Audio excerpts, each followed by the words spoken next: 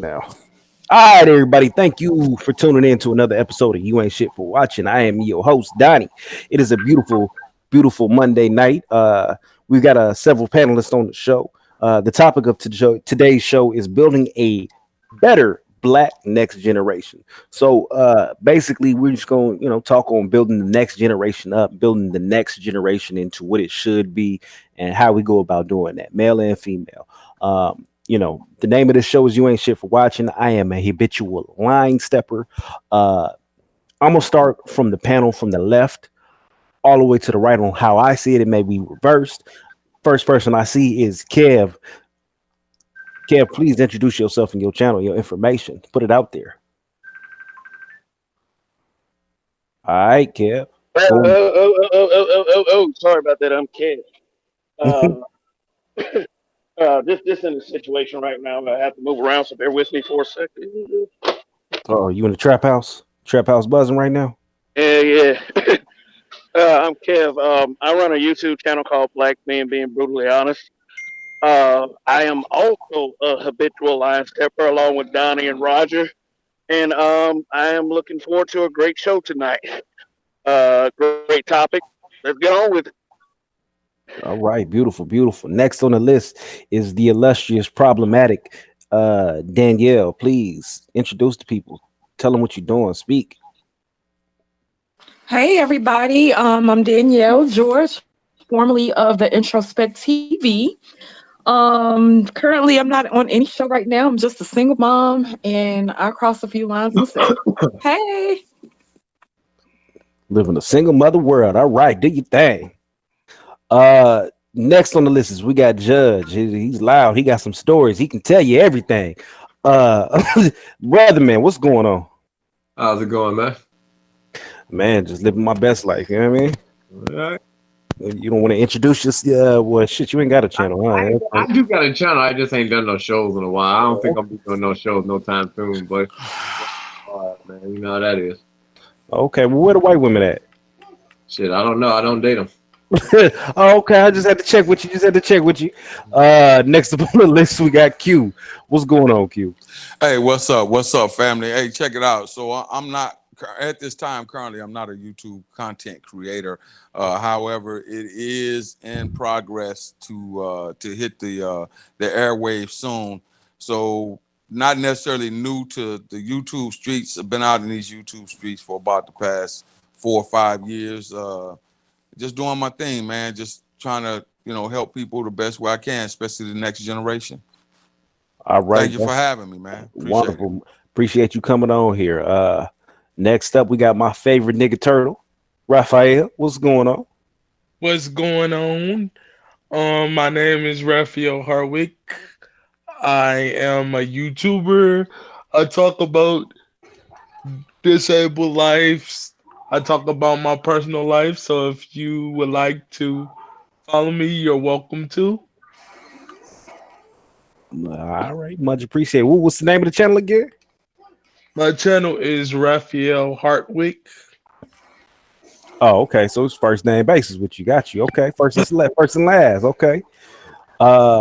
Cool. Much appreciated. How long you been doing YouTube?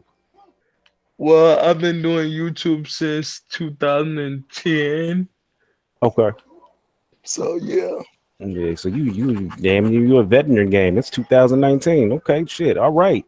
been doing YouTube a very long time. Okay, cool. And then next up, we got Radio Raheem. What's going on, brother man? Oh, he must be in the back. All right. Well, Radio Raheem is currently busy. I call him Radio Raheem because it's Roger Stevens from the Roger Report. He's also a habitual line stepper. He pretty much do a show damn near every 20 minutes. This man keeps content pumping. Other than that, I mean, our panel looks good. Our panel looks full. Shit. So let's run it. So basically, what I wanted to start off was in the conversation of building a better Black next generation. How do we go about doing that? So the first thing that came to mind is having these kids prepped and ready by the time they hit 18. That being said, what are 5 things that you feel like every black child, male or female, and you can put emphasis on, for male, for female, should have by the time they're 18. They should be equipped with. Anybody want to start off?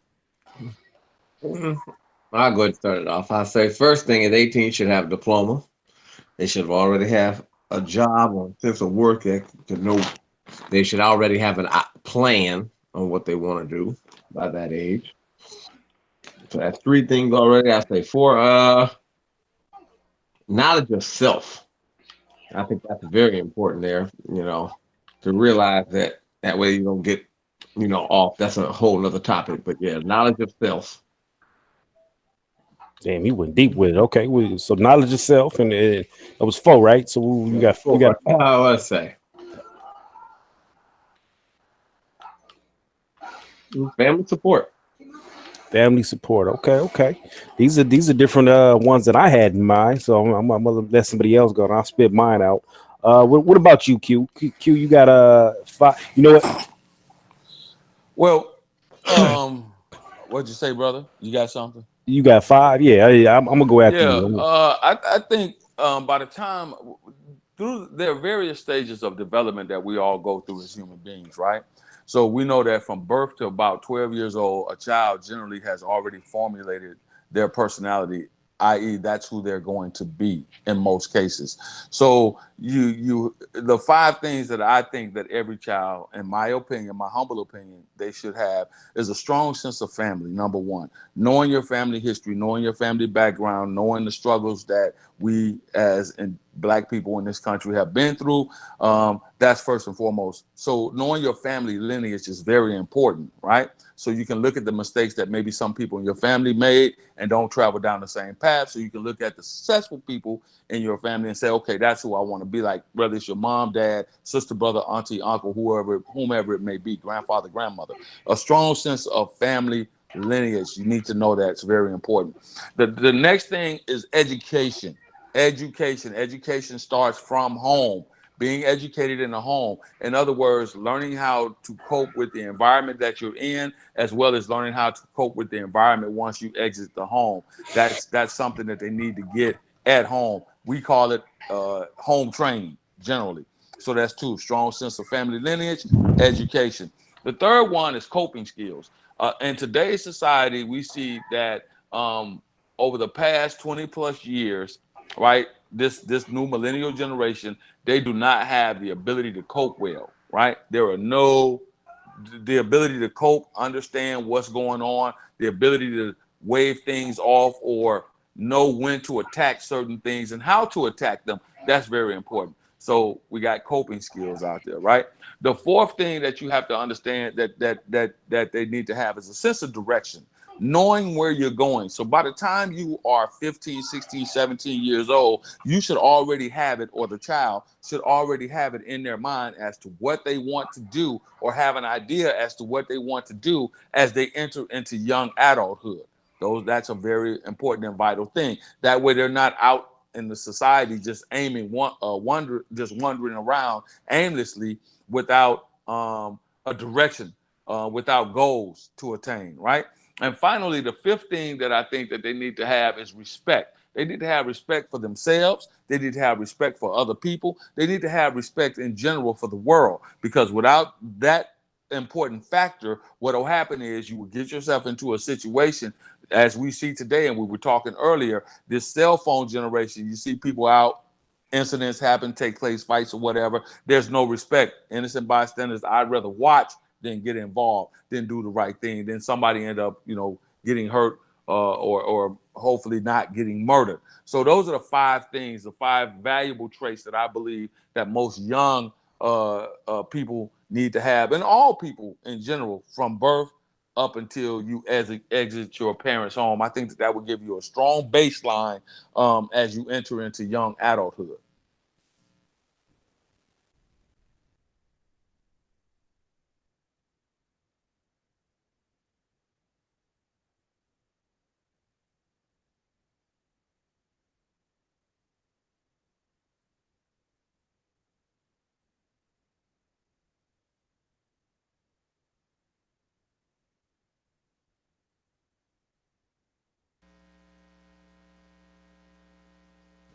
Did Donnie fall off or something? My mic was on mute, so I'm over here talking and looking at my mic like ain't nobody responding. All right. So Danielle, what about you? You got 5 for me.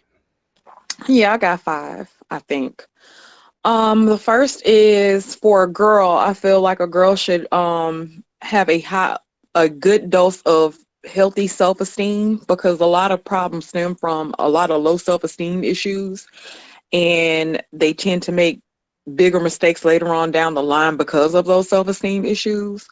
I feel like a good sense of money management would be great, because a lot of people don't really even know how to pay bills by the time they leave the house, and not knowing how to save money and spend. A lot of kids just kind of spend without saving. I feel like they should have social skills. I feel like a lot of problems come in because people don't really socialize anymore. Everybody's kind of looking down at their cell phone, so you don't really get to gauge with people like you should. So we're a texting generation now, and everybody's trying to read feelings through words as opposed to reading feelings and stuff through actual people, which is like the first language. Money to social skills. I felt like when the guy Q said coping skills, I thought that was real good, because I do feel like a lot of people don't really know how to handle a lot of things that come at them at one time. So I kind of feel like they need to have coping skills as well. And I would say extracurricular activities like learning about their own people. As opposed to relying on white institutions to teach us about our own people. I feel like they should have a healthy sense of our own people. That's my 5.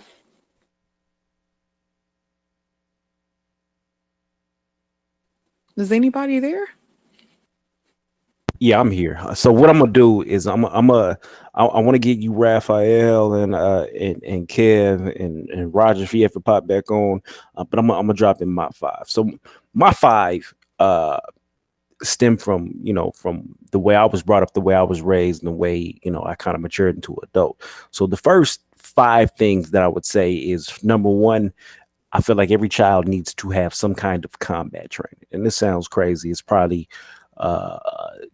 but I feel like we're basically in a war. As Black people, I feel like we're in a war right now. So I feel like we need to have combat training. You need to know how to defend yourself in some way, shape, or form. That whether that be, something as simple as scholastic wrestling, boxing, MMA. You need to have some kind of discipline in a martial art so you can defend yourself and have that confidence that brings around. Because I feel like there's a level of discipline that comes with that, right? When you're a kid and you learn boxing, you kind of want to go out and take it. But once you've done it for so many years, the fight doesn't have the same amount of appeal. You've had enough scrapes in the ring that you don't have to really go out and go fight with the dude in the street, but you can handle yourself. So that's 1. 2, I feel like gun training is very important for all Black youths. And I know people is going to say, well, they just going to go out and go shoot. That's fine. If you're going to go out and go do some nigga shit and join a gang and go out and shoot, at least you won't miss. At least you won't hit an innocent bystander. So I feel like gun standard training should be standard, because especially in the world we live in, there's a lot of motherfuckers carrying guns. You need to know how to move with a gun. You need to know how to handle a gun, XYZ. So gun training. 3, I think that every Black person at around 16, 17 should be involved in a legitimate, full-on sexual education class. Should understand where babies come from, sexual diseases, all that should be covered. That way we don't have too much of an issue with people being confused and mystified. They come up burning, or they catch a baby or get a baby, right? 4, I'm going to say that everybody needs to have some sort of either STEM or a trade where they're learning something that they can rely on. Plumbing, electrical work, something along that lines to where you have a trade, something under your belt, and you could always go out and go do it no matter what happens, right? Five, I'm gonna say two things because I feel like they go hand in hand. You need to have a passport and be building your credit. So whether that be a prepaid card or whatever the case is, um, at 18, somebody needs to get you a card, boom, and you start building your credit. Me personally, I want my child to have a passport because I'm going to take them on a trip overseas somewhere, wherever the backpacker destination is, wherever the 19, 20-year-old kids is. I'm going to take them out for about a week. Then I'm going to give them the option. Do you want to stay? All right, you can go for as long as you want to. Here's your card. Here's some money. This is for emergencies. You spend this money. When you done, you have to come home. That way you get a experience for life and you get to see other cultures and you get to grow. And with everything put in beforehand, you shouldn't have any problems while you out and about. Period, point blank. So let me see here. Kev, you on here? Kev. Nope. Raphael. Okay, so the first thing that I'm going to say, this is just coming from my upbringing. The first thing I'm going to say is the same thing that Judge Dre said, education. And the reason why I'm saying that is because you gotta have that diploma, because this is the new thing. Everybody gotta have some type of form of education. That's my first thing. Second thing would be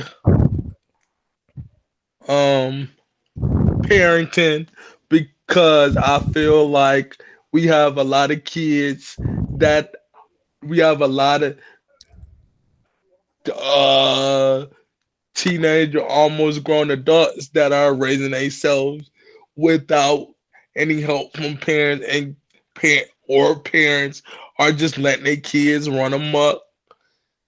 Third thing, I think respect should be there, because you have to respect people. Because if you don't, you're gonna have you're gonna be long-winded, and I don't think they're gonna get anywhere without having respect. My fourth thing would be, like you said, credits, credits, and not. I'm not saying it like get a credit card, go buck wild. No, just get one and just keep it for emergencies. That's it. And my fifth thing would be, oh, like you said, parenting classes, definitely, because we live in that age where people are having kids left and right and they don't know what to do. Yeah. I mean, it's what are we 80% out of wedlock rate? I can't imagine that's all grown ass people. It's got to be 16, 17, 18, 19, 20. So them was all kids in my opinion. Yep. And I always say this, when you eat, because people they look at me crazy because I'm 23 and I say I don't want no kids right now. And people look at me like I'm just nuts so crazy.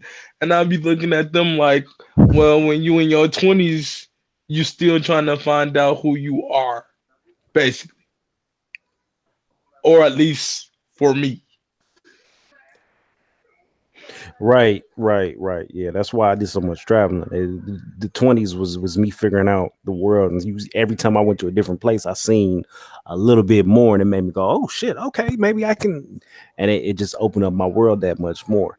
Raj, you there? Nah, Raj ain't. Yeah, but Kev's here. Okay, Kev, what's your five?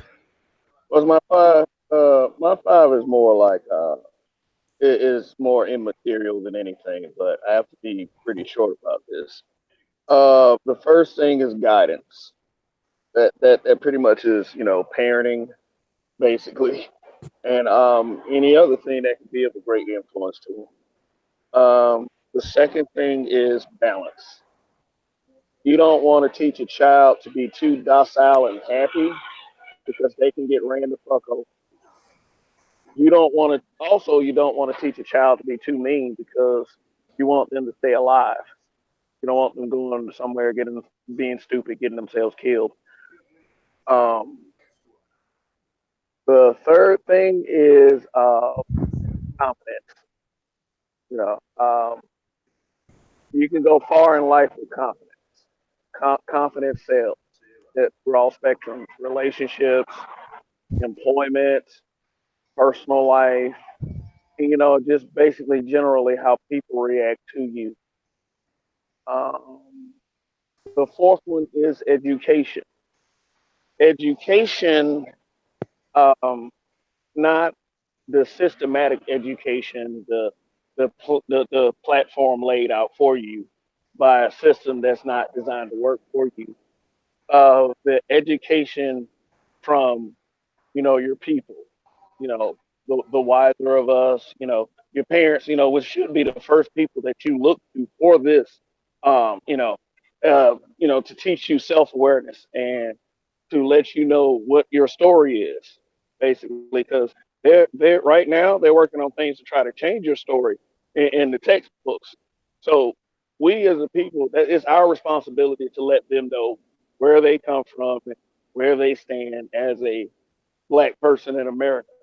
And the final thing is love. Love conquers all. And I'm not talking about just like, relationship love, even though that does cover it. I'm talking about self love.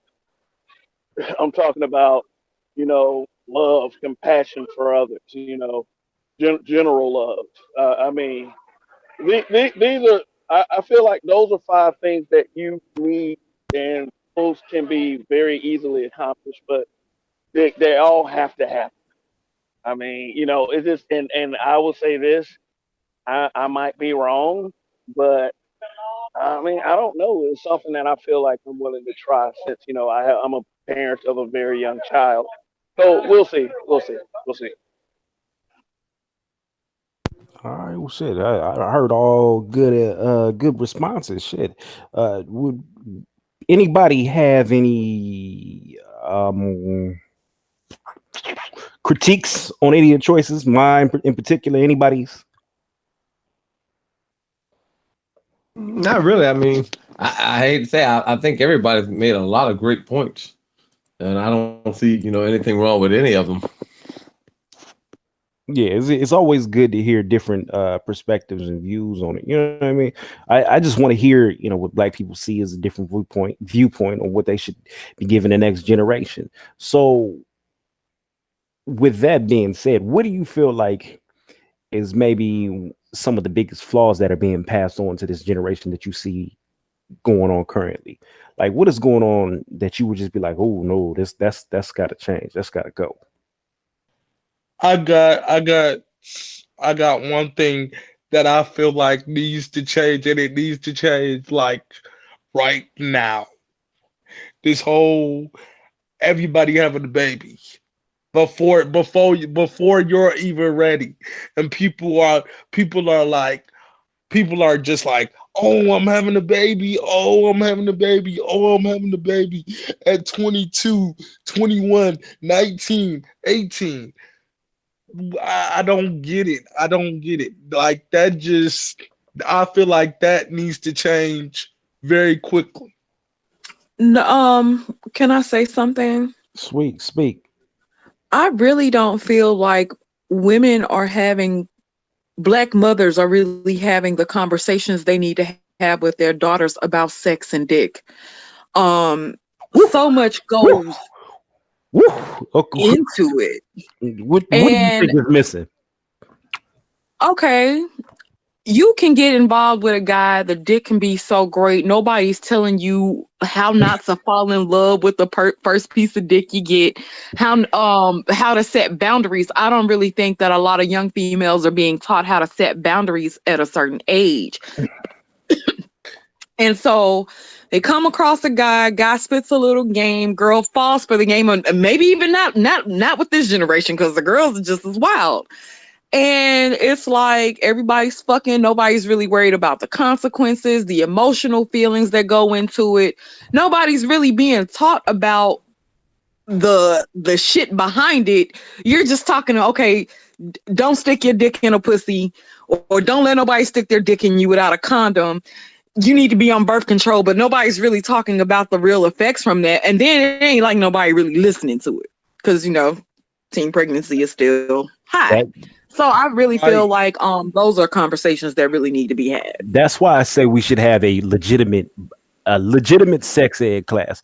These are things that should be covered. Now, you as being the only female feminine voice on the panel, what would you tell your daughter? What would you tell a girl who came to you about setting boundaries, about these boys, about dick, about, hey, listen, little mama, you need to slow down. What would you say to a chick that's meeting a boy and you know what's finna go down? You know she's finna lose her virginity. You know she's finna get sexual with him. What would be the advice that you would give out to that child? I would probably tell her to make sure she is comfortable with herself. She has a high enough self-esteem to where she's not insecure. I would tell her to be sure that's what she wants to do.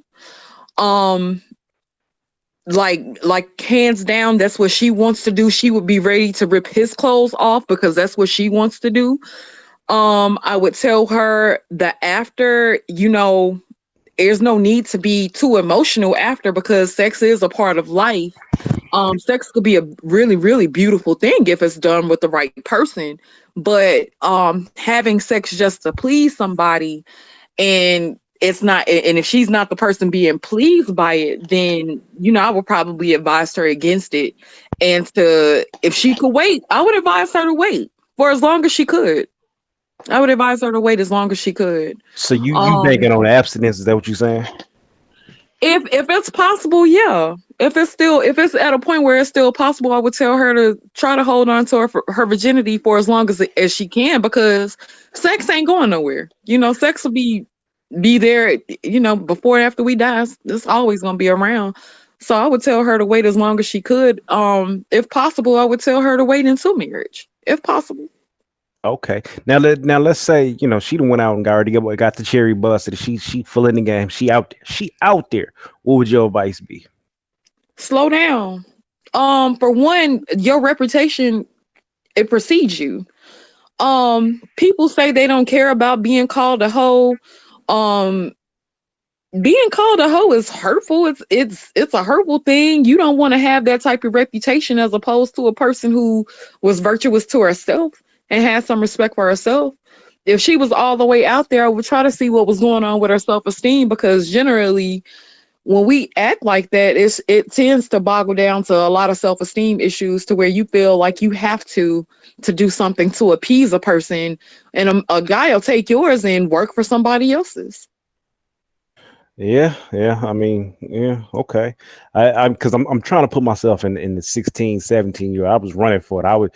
These girls was Pac-Man, and I was one of the little ghosts run through. I'm after them. So, I know that dynamic. My mom had a very real conversation with me. I'll never forget it. I was 15. I didn't have sex until I was 16, but I wasn't having sex. And on the way to the grocery store one morning, Sunday morning, she was like, "You fucking?" And I'm like, "Oh my God, no, I'm not fucking. Like, what are you saying?" She's like, "Are you fucking?" No. And so she went into guys performing oral sex. Me performing oral, like she really got down to the nitty-gritty of it, and kind of explain, like, a guy will fuck you today and I'll fuck another girl 2 hours later, as soon as his nut builds back up. So she was kind of nitty-gritty with me. So I would probably take that same approach, because it's true life, it's real. Okay. So you going hard in the paint. Fellas, what would you tell these young these young men about the sex game? We already know how Judge run it. Well, I still want to hear that. But fellas, what would you tell a young man in your presence, about sex?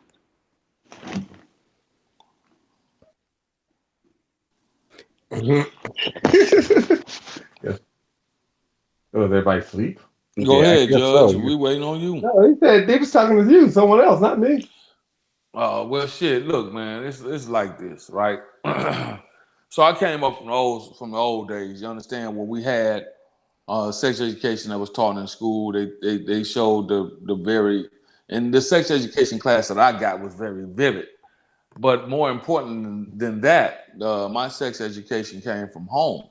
My mother and father both, my father more so than my mother, sat me down and said, "Hey, listen, this is the deal, right? This is what girls look like now. They calling you, they running you running them, and so I'm just gonna be straight, point and blank, and honest with you. It's more to sex than just putting your little penis inside a girl's vagina, right? So I got kind of that holistic view of sex education from my dad. Like, hey, there are diseases, VD, syphilis, that was used back in the day, um, as it is not so much today because we know we got other diseases that are more prevalent. And then, he talked about the disease aspect, tuberculosis and all this other stuff that you could get from, having sex. And then he also told me, he said, hey, outside of that, you don't want your children to be strolled from one corner of the states to the other or around the world.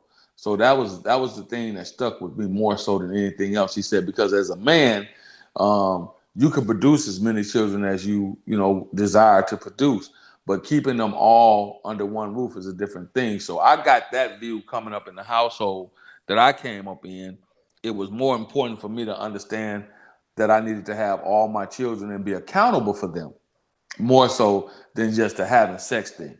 And like she said, the emotional aspect has to be touched on that. that has to be touched on. You got to tell them about the first piece of pussy you get. That was one of the things my father was huge on. He was like, "Look, it's gonna happen," and he said it's gonna be the best thing that you ever felt before in your life. Just don't allow that to cloud your judgment and make you do something, commit to something that before you're ready to commit to it. In other words, marriage. I did just the opposite. I got married at a very young age. We were 18 and 19, college students, high school sweethearts.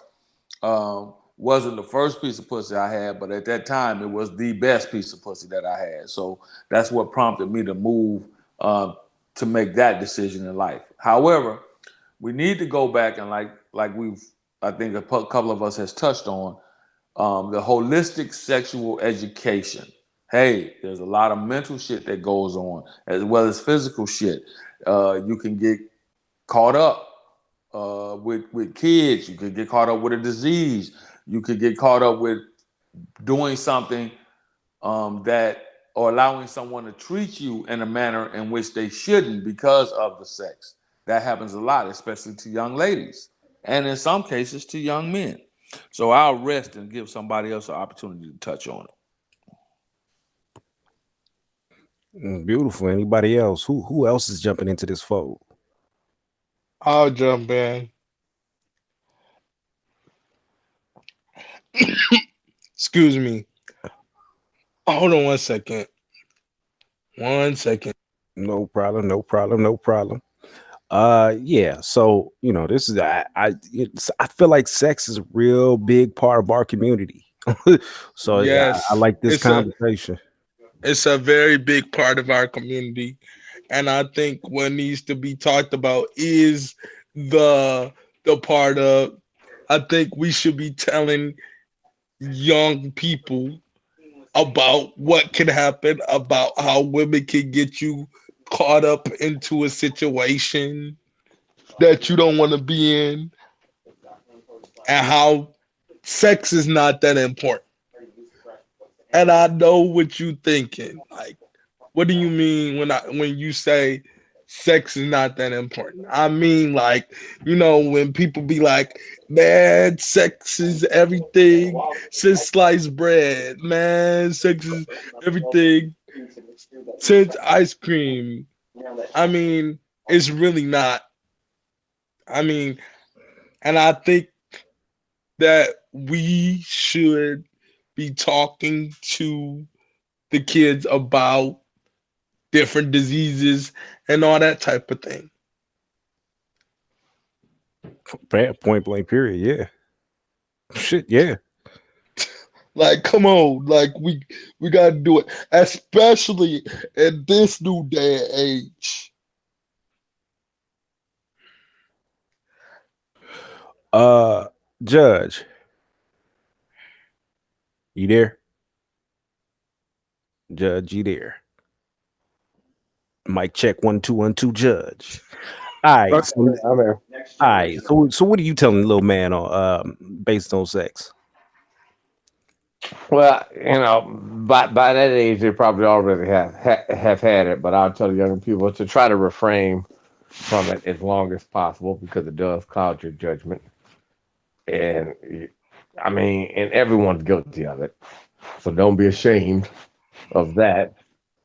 Try to wait till you have your yourself established before you have any children. Like always protect yourself. Condoms protection is always a must. Make sure you decide what you want to do first before you think about having a family. Put yourself first. Mm.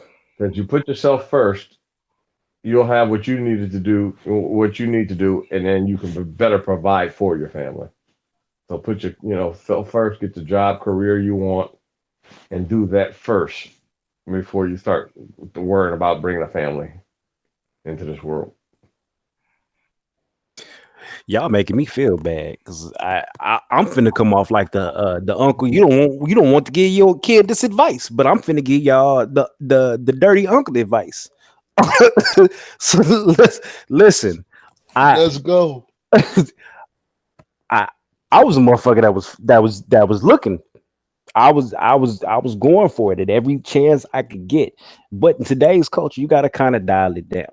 So what I'm gonna say to boys, if you are out here, we're in a digital culture. We have cell phones, we have all this technology that is ruining the world.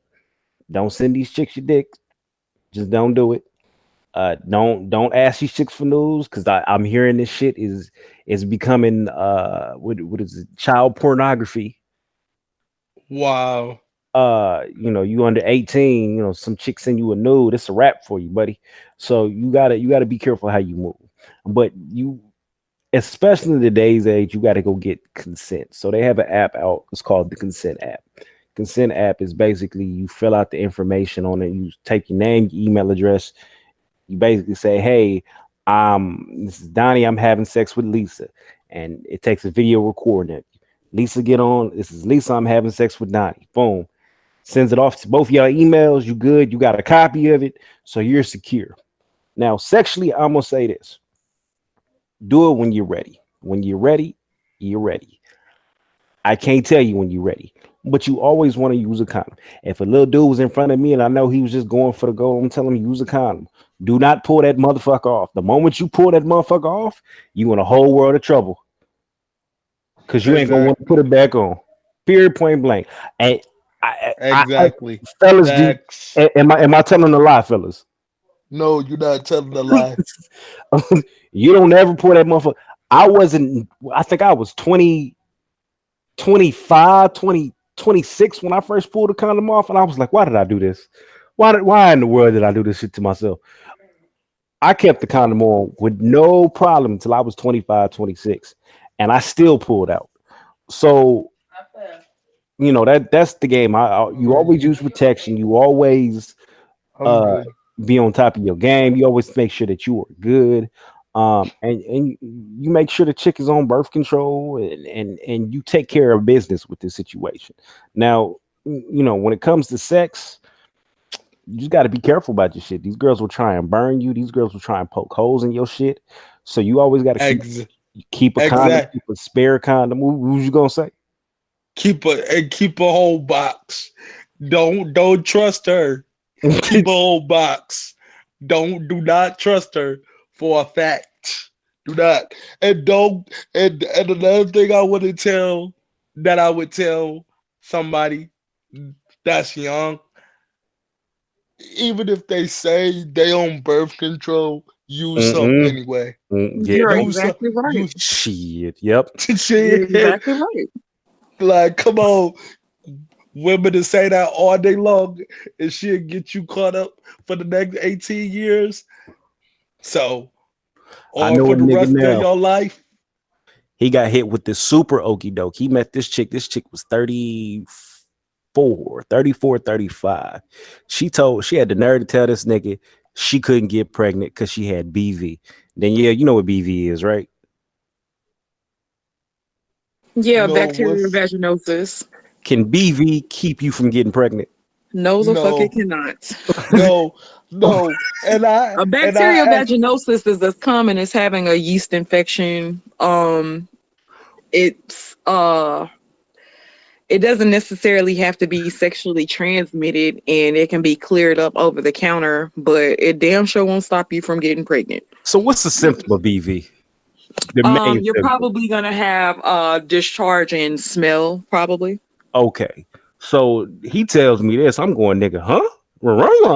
First off, me personally, as soon as I would have peeled the panty back and I smelled like some sun-kissed tuna, I'd have been up out of there. Hey, listen, baby, it's not gonna work out. Listen, I got And it is gonna be a fishy smell. A fishy smell is gonna be an indicator of bacterial vaginosis. Yeah. Mm-hmm. So I've run across two smells in my life that made me dip the fuck out. It was that one, and it was one that smelled like ammonia. I said, nope, not today, Jesus. nope, not today. Not today.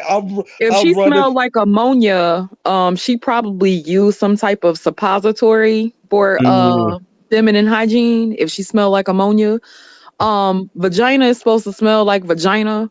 If you've had enough, then you know vagina's not gonna smell like flowers and shit. Vagina's gonna smell like vagina. What was I gonna tell you guys? If y'all notice that she has like a lot of Summer's Eve and shit like that, Massengill and shit like that, all that shit is very, very unhealthy for a vagina. Now, she keeps a little vinegar or some shit by her tub. She a slick bitch. That bitch. No, that's not. No. Listen, vinegar is really cleansing. Vinegar is really cleansing for the vagina. So I'm just saying that's safe. I've heard the vagine gets hit that vagina, and it's like it's a little bit of a sauna up in there. It come back with a little. It's shrinking up a little bit. I'm not gonna. Well, yeah. I mean, if she babes, like, and then this is what should be told. You know, what after a woman has a period, she has to go through a cleanse. You know, her body cleanses itself out, but her putting some vinegar in her bath water is healthy, and it's for a healthy vagina. You want a healthy vagina. I'd have been up in a bride's house, and she had a crinkled up water bottle and some apple cider. I said, "What is? Yeah, ain't nothing wrong with that. Ain't nothing wrong with that. She wants that pussy to be right for you. Oh shit! But yeah, no. But if she had all that other floral shit, if you see a bunch of Massengill and bunch of different flavored dishes and shit like that, that's probably not gonna be a healthy vagina. Nigga said that's probably not gonna be. But basically, dude got hit with the okie doke, and he was pumping and dumping, and his dumb ass break up with her. She hit him with the latex. She's ruining his life currently. So you know, even if she tell you she can't get pregnant, just assume she can get pregnant. Period. Point blank. Just assume she can get pregnant. I mean, that happened to me. I was told I couldn't get pregnant when I was with my baby daddy. I got pregnant. Yeah. But in other words, don't trust her. You can't trust a woman for nothing. That nigga was shooting up. He thought he was in bang bang. That nigga thought he was chief key. Bang bang. I mean, but we were in the like we were together when I was told this too. So when like I just told him that and he didn't know. Okay. Or, you know, some shit just popped up. But yeah, he was told. We've heard this before. Ain't nobody asking you what your three baby mamas. We heard that. We heard that before. I've heard. Judge, I know you heard all of it. I've heard it twice. I know you have. I can't get it. Bang bang. I heard it twice. Bang bang. They actually talked about how. It's a wonderful. My baby daddy heard it once. Mm-hmm. Be lucky you didn't have triplets. Oh my God. I'm, you know, you got him on child support. Pretty cool. Say Uh-oh. again. I said, do you have them on child support? You know what we the go. craziest thing is? Yep. No. Listen. Me and my baby daddy got the same exact birthday on the same exact year, right? The day I decided to go put him on child support, he had put himself on child support. Trying to beat you to the punch. Yeah. But you decide, He but you were did. going to do it, right? Tried I to beat I you to the literally was punch. going to. He put himself on child support. That's good though. 2019, it will be hitting That's shelves. good I'd have though. done it. I'd have been down there. Nah, no. Let's go ahead and iron this shit out now. You ain't gonna hit me with no I back. guess that's it. I guess that was No, his they process. can't. They can only go back from the date filed. So the law, every day that she don't file, they can't go do that 10 years and all that shit no more. They can only go back from the date filed. Yeah, this So nigga's an basically, expert. it only takes a couple of months max.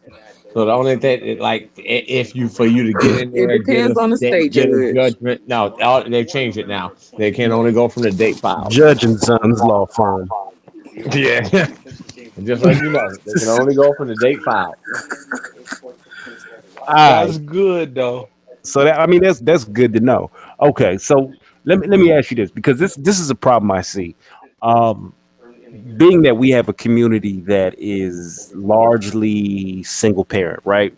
What is it? 78% of the next generation is basically going to be born without a mother and father being married, right, out of wedlock.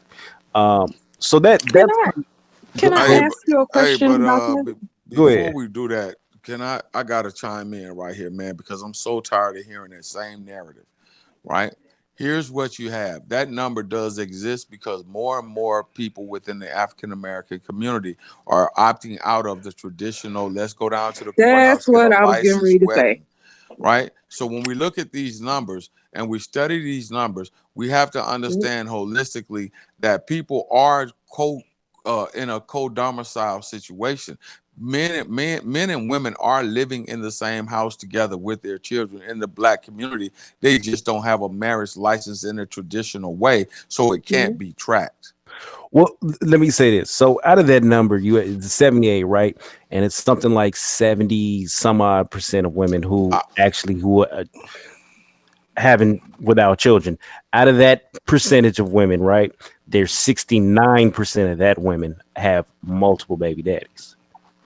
I have to see the stats. So here, yeah, you see, this is again, we look at these numbers and we're saying, where are you getting 69% of Black women who have multiple baby fathers? So the CDC puts out basically every decade. The next one will be out next year. But basically they run through and they figure out the numbers. So again, brother, here's what we're doing again. We run to the CDC, which is governed by a white fucking dominant society, right? So, and I'm not a pro-Black, one of these go back to African Bambaataa type niggas, but we're looking at CDC's, the CDC information that's put out by a white governing body who does who looks at the numbers from the hospitals, who looks at the numbers from the that who control the birth certificates, issue birth certificates or whatever, and that's how they're coming up with these percentages, right? However, we do know that those numbers can and will be altered and can lead to a lot of deception out here. They want us to look worse than they want us to be in the last category. We're not. Exactly. Mexican women have far more women with multiple baby daddies. We got to get away from just pointing to the CDC and saying, well, the numbers of the CDC. And I'm not pointing at you right now, brother. I'm simply saying Mexican women, white women, they lead in that statistic because it's more of them than it is Black women. Right. You understand what I'm saying? But I'm not really concerned with what Mexican women, what white women do. So, and I get what your dynamic is. You're saying, this, that, and the third, but I can't go off of. I got you, and I understand what you're saying. We can move forward. Yeah, I can't go off of. But can I ask you a question, Donnie? Yeah. When is the last time any of you have taken a census? I have not taken a census in literally 30 years. Exactly. Yeah, but that's not based on the census. And I see what you're saying, but yeah, that's not based on the census. So what are the numbers based on? It's based on a cumulative of things. It's based on the births. and the birth certificate system is based on the tax and the tax system. They can look at the tax system and see for those that file taxes. Let's say your name is Mary Jane, and then you got a son that's named Charles Jane, and then you got a daughter that's named Mary Barlow, and then you got another son that's named Edward Yeah. Markel or some stupid shit. So yeah, and that's how they try to come up. it's based on that, the birth certificate system, the child support court. When you go get on government assistance, all that stuff, they use it all as cumulative information. So that's why it takes 10 years at a time, right? So they take all that information and they compile it, and they get it because the CDC one is about as accurate as it could possibly be, because they're taking the actual birth certificates, matching it with the name, then they're doing the taxes, and then and within that time frame, they should be able to catch you on one of those things to enable kind of sort you out which lane you go in. All right, we good. We can go ahead, brother. Go ahead with the next. Okay, question. so I'm sorry, unless the sister got another question. Yeah, do you got one? No, I'm good. Okay, so with that being said, we have a lot of households who, they're broken. What do you feel is the dynamic on male or female? Because there's some single fathers out who have full custody of the kid, on dating around your child. What do you think the rules should be? Actually, you are a single man. You ain't got no man, right? Not to put you out there like that, but then you ain't got no man, right? Actually, I am currently seeing somebody. Okay, well, let me go ahead and cancel my Tuesday plans. I was gonna try and pop up. No, I'm playing with you. No, okay. So, what do you feel like the dynamic should be for dating, so that your children have a healthy childhood and they're not seeing I don't know if you have a boy or I think you have a boy, right? I do have a son. Yeah, I don't. So that your child's not basically saying, "Well, damn, mama's a hoe. She got a different nigga here every night." What do you? Well, because I've had relationships. I've had 2 relationships since my son's father. My son is 7. Of course, you don't want to bring every Tom, Dick, or Harry around your child. So it becomes like, if we not real serious, I'm not introducing my child to everybody I come across. It's just not gonna happen. I don't want that kind of traffic to be around my child, to where my son like, oh, well, such and such is there, and such and such and such and such. Like, that would make me feel some type of way. And I think boys kind of respect women how women respect themselves. So if my son sees multiple guys, sees me laying up with multiple guys, I don't think that's gonna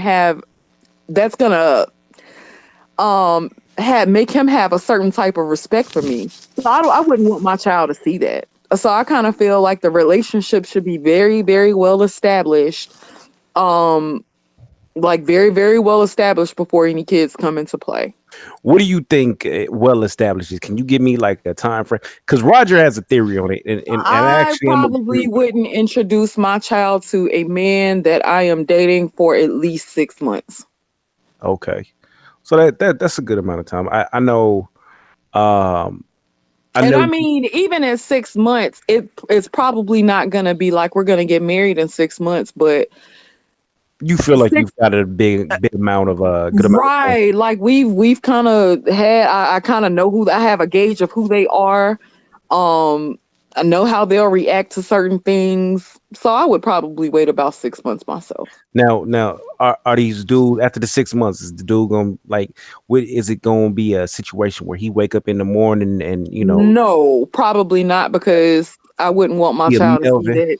You ain't got no Melvin going on. No, I wouldn't want my child to see that at a certain point. Because like I said, I wouldn't just want nobody to, like, my child, this is me and my child's home. We're comfortable here. Right. Yeah, I probably wouldn't have that like that, because that would be embarrassing to me. So I wouldn't, not at 6 months. Like, and then it would be kind of like a thing where it's incorporated. Like, we meet up for play dates or something like that. The guy I'm seeing now has a child. So we'd meet up for play dates, do stuff like that, but it's not going to be a whole lot of deep affection in front of each other. You know what I mean? Okay. Yeah, you doing it wisely. Roger has a theory. He said Roger believes, you shouldn't meet a child until, you are engaged and there's a date set. I can understand that. I can't say I disagree with that, All but right, I guess so I feel like it's different folks, different strokes for different folks. all right, so here's the pushback on that for me, right? What happens if you go ahead on and get engaged and you guys are very much in love, but now everybody knows about the children. There's no secret. You've seen pictures and all this shit, but you haven't interacted with a child. In her case, let's say that she and I meet. I'm just hypothetical now, beautiful sister. You and I meet. I say, hey, move She your ass mean on out here to Texas, girl. I need to have you. You say, okay, cool. Whatever we move or whatever we got to do. Now we're close in proximity. We're dating. A year goes by. Hey, I like you. You like me. I love you at the second year. You love me at the second year. The third year comes. We're engaged. Your child, your son, is now 10 years old. I've yet to speak to this child. I've yet to interact with this child. The child doesn't know me. I don't know him. We know of each other, but we don't know each other interaction wise, right? You tell your son now at 10 years old, hey, me and Q was kind of thinking about getting married. How would you feel about that? Because we're engaged. The son says, oh, I don't have a problem with it. Mom really don't care. Want the new Jordans and the goddamn PlayStation. As long as I get that, I'm good to go. So now here it is. Leading up to the wedding, we decide we're going to go ahead on and have this big meeting. I meet the son. The son looks at me. I look at the son. I don't like the little motherfucker. For whatever the reason is. Little motherfucker bad. Get on my nerves. I hate you. I can't goddamn me bend you over the back of the couch because he's always talking about my. He don't like me because goddamn it, my shoes are always goddamn it in the middle of the floor, whatever the case may be. That can cause problems. I think that when you have children in a scenario like that, not saying that the child should meet the person, day one or month one or month two. But if there's any semblance of a serious relationship, meaning that it's going to be a long and lasting relationship, I think that at some point in time, and it's on the individual couple as to when they should engage the child within the relationship. It's totally up to them. It's whenever they feel comfortable. Waiting up until you get an engagement ring and the marriage is planned and all this shit, and now we're gonna go ahead on and get to meet the son for the first time or meet the daughter for the first time. Nah. It's age. Age plays a lot in that category as well. If it's a fairly new child, let's say the child is maybe 1, 2, 3 years old, that can vary. Once a child gets 10, 7, 8, 9, 10, where they kind of know like And they who's coming remember. around and they can Yep. remember names and faces and they can, correlate. Okay, last 6 months ago, mommy had Uncle Darren over here. Uncle Darren took me to the zoo and bought me the motherfucking, bought me the goddamn Pookie Man doll or whatever the fuck. All right. So now here it is 6 months later, and it's Uncle Mike. Uncle Mike came and Uncle Mike brought me the goddamn latest 2K, right? So now you see what I'm saying? It can lead to a lot of confusion on the child. Well, is this what men do? Is this what women do? That's a part of the problem that's out here. Okay. So my theory on it is because I don't have kids. I've dated women with kids. I got a whole story where I met a chick and she pulled me up. I'm talking about I met her the first night.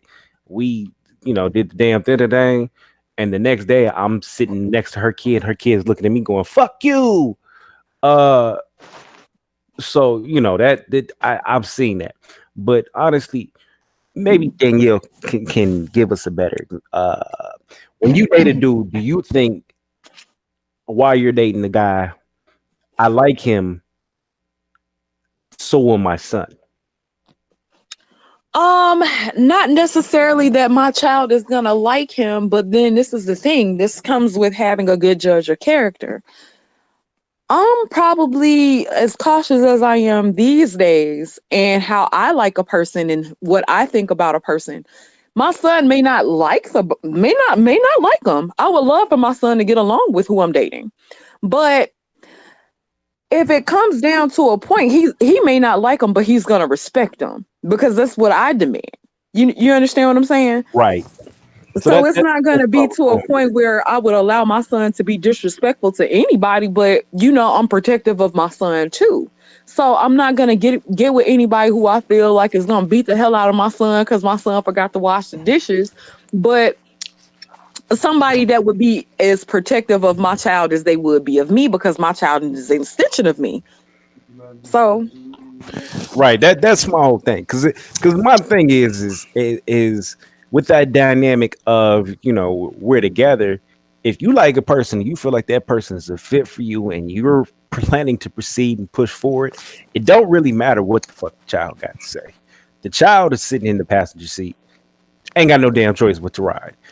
However, you don't want to bring, the dad from Radio Flyer that was whooping ass and doing a whole bunch of shit in the house.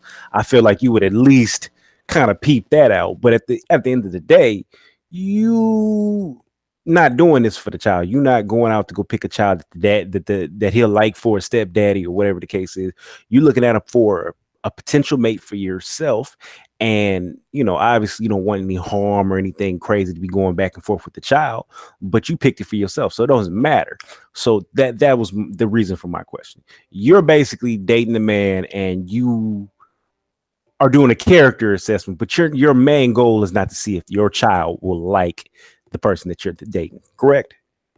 correct. Okay. Yeah.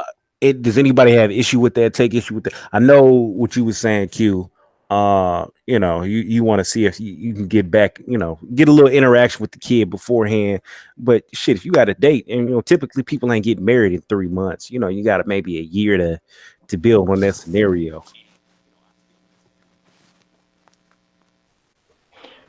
Well, I say this. I've reassessed. Oh, Roger's here. What's going on? You missed the cutout. What's going on, Mr. Cutout? Well, yeah. He sound like he talking in front of a fan.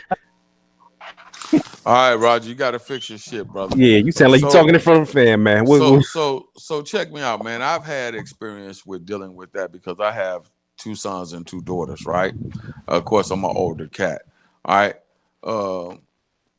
My daughter, my 21-year-old, she is super, super, super protective. My boys are older. My oldest son is 30. My second son is 23. My daughter, my first daughter is 21, and then I have an 8-year-old who's in Europe with her mom. Okay. My 21-year-old daughter, she's super, super protective of her father. She's like, nope, bitch, ain't having it. Nope, bitch, you don't want shit. My daddy ain't finna you ain't finna just come in here and live off my pops. Nope, I don't give a fuck. That's my daughter. She vets motherfuckers. Even because she's a grown woman now, right? So she'll vet motherfuckers. My boys are like, all right, that's what it is. I get it. You know what I'm saying, Dad? Everybody got to have, they got women of their own that they're dealing with and things of that nature. My daughter, she's a vetter. She's going to get up close and personal, look you in the face, look you in the eye. She wants to know what's going on, what you doing. Her favorite thing is, so how you meet my dad? So what's your intent with my father? That's my daughter. I'm like, who's the parent here? Hold the fuck on. But she's like, nope, I ain't having it. She's a college student, so that's just how she is. She's like, okay, so where you meet my daddy at? She got the whole litany of questions for a motherfucker when they come this way. Where you meet my father at? How long you been knowing my father? That's just how she is. You get what I'm saying? Mm-hmm. So it's different depending upon the age of the children. Not in a it's not in a disrespectful way. It's just I want to know who is with my dad. You know what I'm saying? I don't want my father to get hurt. You know what I'm saying? I don't want nobody to hurt my dad. So if you a motherfucker that come around and you think you about to, like she says, now these bitches be trying to get over that. And I'm like, okay, you on that Instagram millennial shit, and I get where you coming from. But at the same time, she's like, I know you're grown, and we've had this conversation. She said, I know that you're a grown man. I know shit, you my daddy.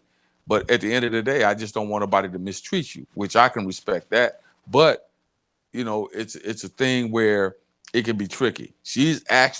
My daughter has actually come out and told me before, like, I don't think you should be with her dad. And I'm like, why you say that? Literally. Cause I seen her Instagram, Dad. She was on there twerking, Daddy. I don't know about that one.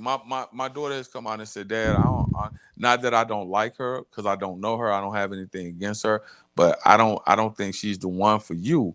And I'm like, well, what makes you say that? And you know how women are. They have that thing that's called women's intuition. And come to find out, my daughter was kind of right. She kind of, overheard some shit that the motherfucker was saying. You know how a lot of women in a certain age group, they want to, especially when they got an ulterior motive, to kind of lasso the man in. They're looking to get married or whatever at a later stage in life. She was like, oh yeah, me and your daughter, we should hang out and blah, blah, blah. Plus my daughter's a sorority sister and the chick was in the same sorority. So motherfuckers are invested.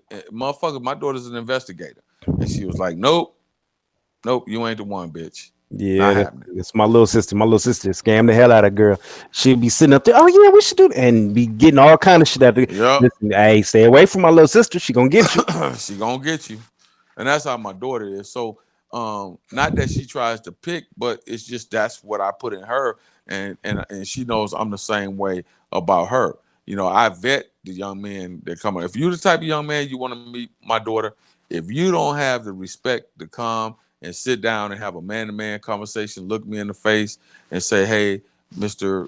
Such and such, Mr. Q, look, this is what's going on.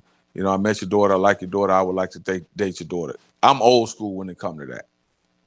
9 times out of 10, nigga, you ain't finna be around because I'm going to tell her straight up. Nope, not happening. Shit, I mean, that's it. Now, Danielle, I got questions. What's these tricks, these tactics y'all women be trying to use? You a little bit, I ain't gonna say older. What's these tactics? I'm older. I'm 39. Oh yeah, you ancient. Okay, shit. you still taking thought photos? What's going on? I seen your ass on the counter the other day. What's going on? You a lie? You a whole lie. Mm-hmm. I might need to take something to send to my boo, but. Okay, well, I can proofread in the DMs. I just want you to know. Child, please. Anywho, what you was talking about? Nah, you wasn't even listening. Never mind. You said about what's the tricks about what? Yeah, trying to trap a man, huh? You trying to get a nigga to marry you? I don't know, cause I haven't gotten married, so apparently I don't know any goddamn tricks. That's a sign of the nookie being trash. It might be. Nah, man, cut it out. Don't do that to her, man. That's nah, that's wrong. That's so wrong. That's wrong on every occasion, man. That's He ain't shit. He ain't shit. He ain't never gonna be shit. Wow. And you ain't shit for the name of his show. Wow, that's don't worry crazy. about it. I know it was a joke, but yeah. She took that one well. Yeah, that's what she do. Look, the thing about it is, I'm secure. I'm securing me and my vagina. She took that well because had she told you, you probably ain't married or ain't got a woman because you got a small dick. You probably would have. I mean, I've seen been like, hey, look, it's fine. It's fine. No, I'm just saying. I know how y'all get down, but yeah. So I mean, she crazy. So I don't put nothing past her. She crazy. But I'm glad you asked that question because I found even I got a 10-year window that I deal with. 40 is kind of like my cutoff limit. That's it. At being the age that I am. So 40 is it for me. I ain't dipping down. Maybe 39 if she's at a certain level and stage in life, but 40 is it. So I found that when I was a single man, I'm in a relationship now, but I found that a lot of women now, as soon as you fucking put that smash on their ass, it's we're an item, we're a couple, we're in a relationship, we getting married. They don't establish that before? No, I'm saying this is what's going on in the world today. A lot of women have flipped the game, and they're acting worse than men in many instances, right? A lot of women, if you meet and we hanging out and we cool, before you even get to the dating phase, obviously, especially when sex or intimacy happens, they go into this, that's it, you belong to me. Once you smash, we get married. That That's old what's happening out here with the older crop of women, because there is such a high demand for a lot of women in their 40s, you know, even in their late 30s, 40s, There is 50s. you're Once Exactly. you smash, yeah. before you even get to the stage of, okay, we are exclusive, we're an item. Once you smash, it's you belong to me. That's it. We get married. And I'm like, wait, bitch, we ain't even became boyfriend and girlfriend, or you know, you my So that's woman part and of I'm the your man. problem. That's part of the problem. They letting you smash without a commitment and then expecting payment on the back end, and that generally doesn't happen. Well, I'm glad woo, I knew that was gonna woo. happen. I knew that was gonna happen, Judge. So you know what I'm finna And do, it, right? You know what I'm finna do. So motherfucking women out here letting niggas spend X amount of money on them before they get into a commitment, and they don't have a problem with that. I mean, if a Motherfuckers are man is letting. dumb enough, if a man is dumb Wait. enough, See, there you go. Now you Here about we to I'm open up gonna go. this keep can of it Hey, worms. real. Q, If hey, a Here Q, man we is Q, dumb go. let enough us to say it. spend Let us his say it. resources, if a Yeah, let man us is say dumb this. enough to, if a man is dumb enough to spend his resources on a woman that he is unsure of, then that man has to charge that shit to the game, just like a woman would have to charge that shit to the game if she Right. gets smashed and does not get a commitment. There you All that go. shit gets to be That charged to the game. exactly. Long as there was some Exactly. equality in what you were getting ready to say, I don't have a problem with that. But here's the issue: we know that older people. I'm speaking for people in the older generation. You generally have you generally know where you are in life and where you're going and what you want out of life at this stage at 40 plus. You should. So you should have, both men and women should have an understanding of, hey, there are steps and levels to this thing. Yes, my coochie's wet. I probably ain't had none in a little while. I went through a dry phase because I'm older. I don't get out like I used to. You know, I just go to work, go home, or go to work, go to the gym, go home. And for a lot of women in that age group, it's go to work, go to church, go home. You understand? So when they meet a man and they coochie get wet and they get tantalized, right? By the man, right? Then more often than not, women are out here approaching men and engaging men with sex on the first date or the second date. And women will sit and say things like, I hope we don't want to talk about sex in the first phone call. And I'm like, I didn't even bring it up. You did. See, this is the fundamental. This is the Insecure? fundamental. No, it ain't insecure. This is the Man is insecure on her part if she's This telling is you what to not to bring up on a first Yeah. conversation wait a because minute. she's worried about something. Well, wait a minute. This is the fundamental dysfunction that I'm talking about within the black culture, right? Hear me out. I won't take long, I promise, right? So, case in point, I'll give you an example. I was met a lady, cigar lounge. We were having a conversation. I said, hey, you know what? Cool, whatever. We both agreed. We exchanged numbers or whatever. So the next day she called. I called her back, and then it led to many more phone conversations through the week. So after we established the fact that we did want to see each other again, or that it could, we were interested enough to continue talking with each other, I said to her, I bullshit you not. I said, hey, I'm a well organized person, and I like to keep my contact information organized. So if you would, could you send me a nice photo to go with your phone contact information in my phone? Right? I'm organized like that. And she said, well, why? I said, well, I pay, X amount of dollars for this phone. It has all these features on it. I like to use as many features as I possibly can.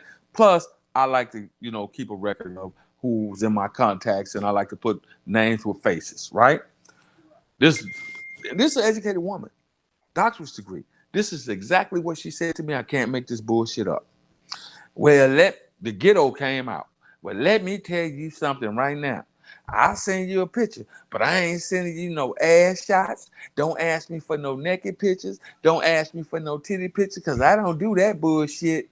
But I heard about you military men. Send me a picture without your shirt on. Now, how fucking dysfunctional is that? Okay. How hypocritical is that? Can I say something? Because as a woman who gets oh my God. Okay. Here go the excuses. Now, Typically, y'all an listen. attract. She get miles of dick pictures, huh? Is that what you trying to say? No. Typically, as a halfway attractive woman, and you don't really have to even be that attractive, but typically, as a halfway attractive woman, you know how many people hop into a woman's inbox on a daily basis? Girl, do you know how many people jump into my inbox on a fucking daily basis? Okay. Exactly. Do you know how many of them ask for pictures? Do you know how many motherfuckers ask me for pictures? Do you know No, how I many women? don't. Do you know how I'm many? just saying Okay, but I'm from a telling you. woman's standpoint. From a woman's standpoint, Okay, I'm I going could from a go point woman's for point standpoint. with this. I can go I point for got point you. with I'm this. not tripping. I'm not tripping. But from a woman's standpoint, if you're a halfway attractive woman, of motherfucker, and I've had a guy ask me for nudes like right off the back, and I'm like, damn, bro, I don't even know you. Like, I'm not sending you my goddamn bike. Who are you? It happens quite a bit, so I can kind of feel her apprehension now. For her to ask you for a picture with your shirt off, yeah, that's kind of stupid. That was just shoot. You didn't need her. She was stupid. Exactly. It wasn't Exactly. stupid. It wasn't stupid. It's the mindset of how women think and operate in today's society. No, Now, we don't all think wait, like wait a that. minute. I didn't say all. See, come on now. We're educated enough to not to have to sit here and say I know, all. but the generalizations, the thing about the No, generalizations, because you just said women. We're talking about this one person. We're not talking about a group of women. I'm talking about this one situation. I hate when people do that. We're educated enough and can comprehend enough to not to know that I'm not speaking in general about all women. Come on now. We're talking about this one situation. So what I'm telling you is, here's what happens. Women, in my opinion, today's black women, and a lot of brothers too, today's black men, they don't think about the shit that they say until after it's said, until somebody points it out to them. So let me finish the story and you'll understand. So I said to her, after I paused, I said, so do you not find anything strange about what you said to me? What do you mean strange? You asked me for a picture. I said, well, you just explained to me that you were not going to send these types of photos, which I didn't ask for, by the way, in the first place. But then you turn around and ask me to do the exact same thing that you said you wouldn't do. Is that not hypocritical to you? She said, no, I don't see a problem with it. Now, if I don't ask you for a pussy picture or a titty picture, but then you turn around and ask me to send you a picture of my dick, is that not hypocritical?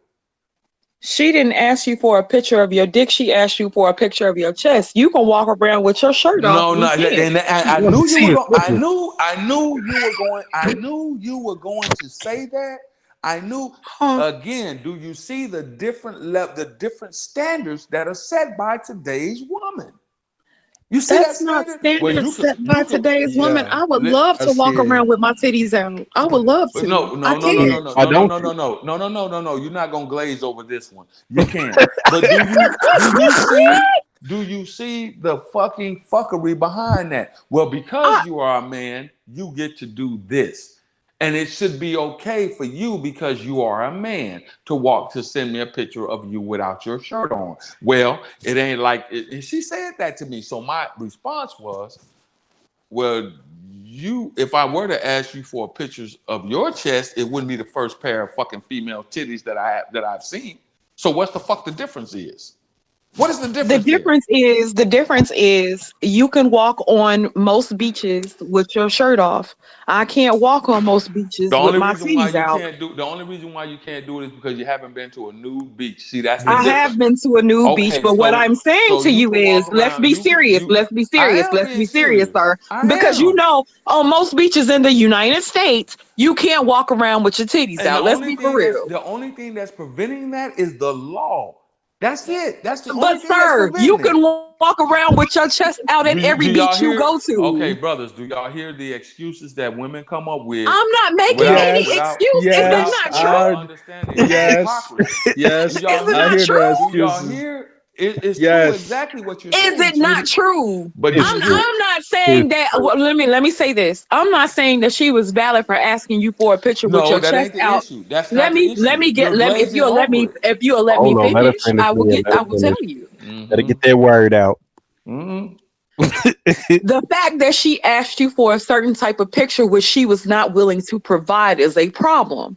I understand that. I get that. I feel like that's kind of ass backwards because she's asking you for something that she's not willing to provide. So it should stop right there. So it should Exactly. the conversation should end right there. Once she said, I will send you a picture, but I am not sending you this type, or this type, the conversation was over with. You shouldn't then fix your mouth to ask me to do something that you're not yet willing to do yourself. You should not lay in the bed with me and ask me to eat your pussy if you know you're not willing to suck dick. You shouldn't do it. No, you shouldn't do it. But you have men who, never mind. I'm not pointing to the man or the woman, vice versa. I can't lay up there and ask you to fucking give me porno style head if I know I'm not willing to fucking go down there and eat your pussy for 30 minutes. I mean, but what if you did, and what if she gave you really trashy head, and you just never mind. No, but see, you again. This is the fuckery that a lot of black men are beginning to call out and are beginning to see. And it goes both ways, sweetie. That's all I'm saying. See, it's always, and this is I'm not trying to educate you or anybody. I'm just telling you how I feel. Sir, right? I'm here for this education. I'm here for all this. In my humble opinion, you cannot ask. You can't say, I'll send you a picture, but don't ask me for any pictures without my shirt on or any nude pictures or pussy pictures or ass pictures, because I'm not going to send you those type photos. But I heard about this, so you could send me a picture without your shirt on. I agree with that. I agree with that 100%. No, it doesn't work. Make it even Steven. And here's why I say that. Because we live in a culture today where black women want this thing of equality. All women want this thing of equality. Bro, no sir. See, here we go. Yes, y'all do. Yes, y'all do. Sir. Yes, y'all do. I wasn't there when they was fighting for equal rights. I wasn't there. I was born into this. Again, I'm not saying all or every. I'm talking about those who believe this way. Hey, beautiful. Sir, I'm the only black woman on this phone right now. Right, but so you should be able to understand. You should be able to understand what I'm telling you. Then you don't get to ask for something. You don't get to ask for something that you're not willing to provide yourself. It doesn't work that way. I'm talking about the culture in which we live in. We live in a culture of equality. Men and women are now equal. Case in point, what I do for a living, I'm active duty military, have been for the past 23 years, right? There are female soldiers that will go to the field and they want men to do all the heavy lifting. Like, no, I'm not carrying your shit. Are you fucking stupid? You get paid the same amount of goddamn money I get paid. You wanted equal rights. Well, I didn't want them necessarily. Women wanted them.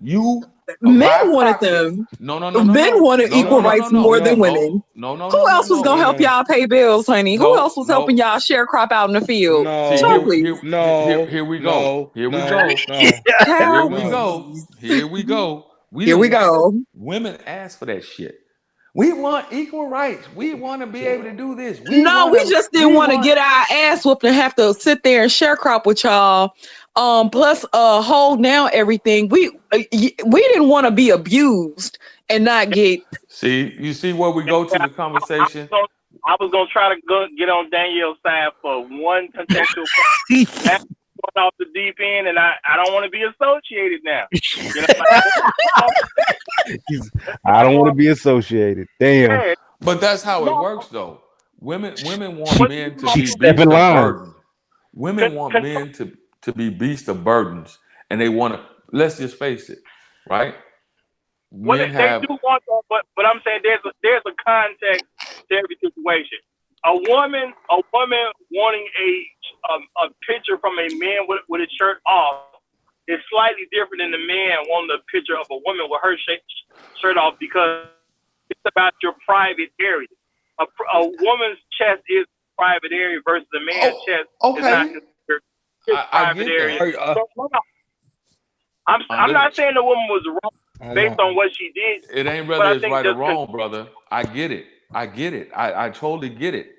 I totally get it. That's just like when a motherfucker talk about, well, you bought me or you did this for me and you expect that. Okay, let me explain it to you like this. If I take a motherfucker out and I spend $500 on a date, right? Am I not entitled to anything after that? Wait, did you just try and give me a tricking argument? Hold on now, No, sir. I'm not trying to give you a trick. I'm not trying to give you a tricking argument. What I'm trying to tell you is I'm trying to give you a scenario that often happens in today's society. Women, I've had this happen, right? See, I'm of the old school additive, right? There is a law of supply and demand. Simple as that. The nigga said, if I get these crab legs, you gonna spread You legs. gonna spread legs. He ain't playing. It's two sides to the well, see, it's two sides to the menu. There's you can order from this side, and at the end of the night, I can get the little friendship pat and a little peck on the cheek, and we cool. Keep it moving.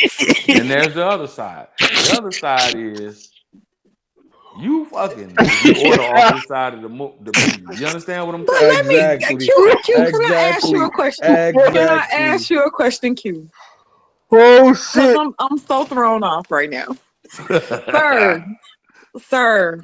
Why are you taking women on such expensive dates that wouldn't be beneficial to you if you hadn't hit? Oh damn! It's over with. Daphne here. Wait, It's a wrap. It's a wrap. Daphne's here. It's game over.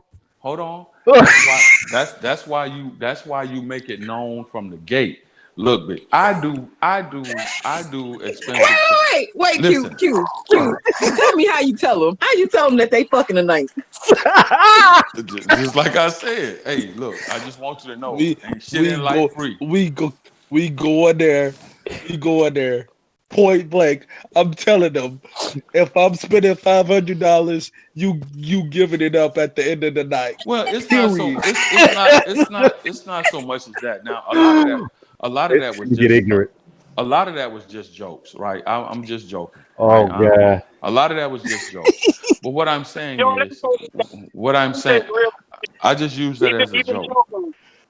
If we say $500, honestly, if I tell a woman I'm gonna pay $500 for her to have a good time tonight, there's nothing wrong with telling her how she gonna be face down, ass up tonight. Exactly. Yeah. No, everything's about context. So when you go to a number that high, I can tell you without a problem that this is what you're bringing to the issue with that. Hey, what's happening? Roll out. I feel like a little kid. I got snot running down my face. I can't even breathe. Man, but did what's up, $500? Come on, Saigon. Come on. He was saying like he made it like a real statement. So yeah, if you're gonna live $500, if you want to turn this into real life, then yeah. If I'm gonna spend $500, I can tell you, look, this is what it is. We finna kick it, put this bread out here, and guess what? At the end of the night, we smash it. Now, if you don't want to go on this trip, then stay. Simple as that. So you hit her with that trip to Dubai status, huh? Listen, baby, you want to come to Dubai? Listen, you gonna have to go ahead and lay on this bed and let me pee. Let me pee one time. I want to get that R. Kelly action going. If I'm getting up for $500, what am I doing with my life? Here we go. What did I miss? Some other shenanigans. What's going on, Daphne? Daphne the Hellraiser is here. No, I'm not. Shut up. Welcome, Daphne. We got Rainer Woman. We were just talking about basically if that $500 is spent. Basically, Q was saying if I buy these crab legs, you're gonna spread legs. Wow. Exactly. I agree with Q all the way. Q gonna have you assless in whatever city you in, baby. Don't listen to Q. Actually, we would because I'm just listening. Man is willing to tell women he's willing to have on the day. He ain't gonna go but in the street out long. I don't know what he just said. He wouldn't make it out. Yeah, you're gonna have to work your mic situation out, Raj. Tell him to pay that bill. Yo, what up?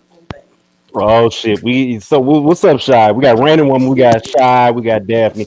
So listen, here's What's up, the Hold question. Donnie? on, hold on, wait, Danielle. You bullshit, man. What? Man, I've been listening for like the last 30 minutes, or maybe about 20 something minutes. With the sheriff crap on, if I ever meet you, I'm kicking you in the ass. Like, nigga, what? We acting like we fight for my- What? I wasn't there. Shit. So Oh, but what up to everybody, man? What yeah, up? it's live. What's going on? What's up?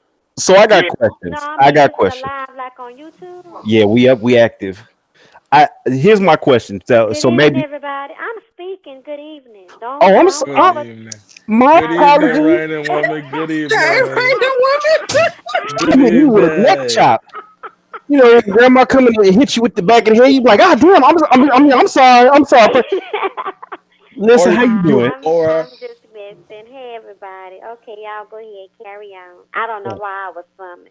Okay. Carry on. So listen, man, real quick. See, so here's some real shit. I'm gonna give you some real shit to the game. All right. Women complain that chivalry is dead, but who killed it? Wait a They minute. did. Chivalry is dead. Men killed it. Men. That's right. Men killed it. I Men wouldn't. I killed wouldn't. it. I wouldn't Men. say chivalry is No. dead. Okay, but, wait a but minute. I Wait a wouldn't say minute. chivalry is Wait a dead. minute. Let's hear from I the would women. say. I would say Let's that hear it's from the not women. dead. I would say that men are very selective of who they show chivalry to. Oh, Right, we but ain't let's hear dead from the around women here. on My this. doors get open constantly. I'm gonna tell you why though. I'm gonna tell you why they're selective, and I'm gonna tell you why a lot of women are skeptical about chivalry, and I use air quotes with that because a lot of dudes will open doors and stuff like that because they're expecting pussy from it. They No, Thank you. sweetheart. no, What? but no, No. wait, listen, That's listen. Let me true. finish. That's true. That's Speak on true. yourself. Let me That's finish. true. There are guys who do chivalrous acts, or you just be polite in general, have general manners because they generally want to, and because they was raised that way. There are people that do that. All right. Then they have guys who fake it just so they can get a thank you or an opening so they can have a conversation with a female. And then when they don't get that thank you, oh, well, fuck you then, bitch. I ain't want you no way. You got those guys too. And we got to keep in mind that those are truths that exist, right? And then you have the guys who just fake it all the way up. And then next thing you know, he's in a relationship. He got a pussy. And next thing you know, he changed to the person who he actually is. And then she's like, I didn't know you didn't have to do that to me. You just did all that to get some pussy. And then that's the truth. It's a lot of people who's out there deceiving shit. So, I mean, chivalry might be dead to some people, but we have to be cognizant of the truths that's out there. People do it for fake reasons. People do it for real reasons. And people do it because that's the way they raised. But I mean, even in saying that's saying a lot of chivalry get out there though. It is saying that hey, there's a lot of it going on for different reasons. Yeah. I mean, we can't say it's completely dead. It ain't completely dead, but I think that let's say that there's some upstanding men that's out there. They do it because that's the way that they was taught. They was taught by their fathers how to treat worthy women. And then I think that it's not completely dead, but some men are extremely selective of who they show that to. It is. I But do. it's I not do even things innately. optional with me, darling.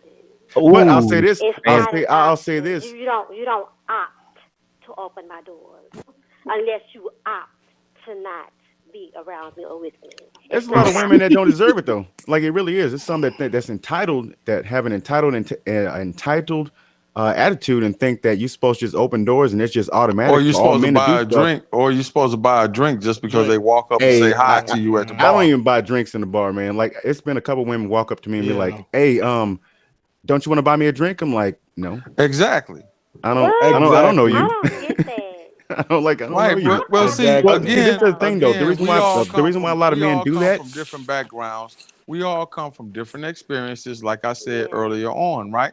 Like I don't know how old the sister is, and I don't want to speak on it, but I'm quite sure that she sounds like she's an older woman. She 26. Right? So the timeline that she came up as a young woman was vastly different. When there were times when I was out as a younger man, I would offer a sister a drink, but at the end of that offer was You're a probably not conversation. chasing at the end of the night though. Right. Let's have a conversation. You got motherfuckers to let me explain it to y'all in this manner right here. I've said it before and I'll say it again. Women are out to get what's in a man's pocket while keeping what's in their panties. Stop, pause, freeze. Nobody say nothing. Men are out to get what's in a woman's panties while keeping what's in their pocket. That's the society in which we live in. Bruh. B, did I not tell you that? Yeah, that's standard. But That's standard. that's the basic game right now. A lot of But people, it's more prevalent. Well, It's more that's the thing, prevalent though. today. It's more People are putting prevalent themselves in the today. game like that, and they don't need Right. to. Like a lot of guys, like you just said, guys are trying to get the pussy before they break bread. A lot of women are out there trying to get the nigga to break bread before they.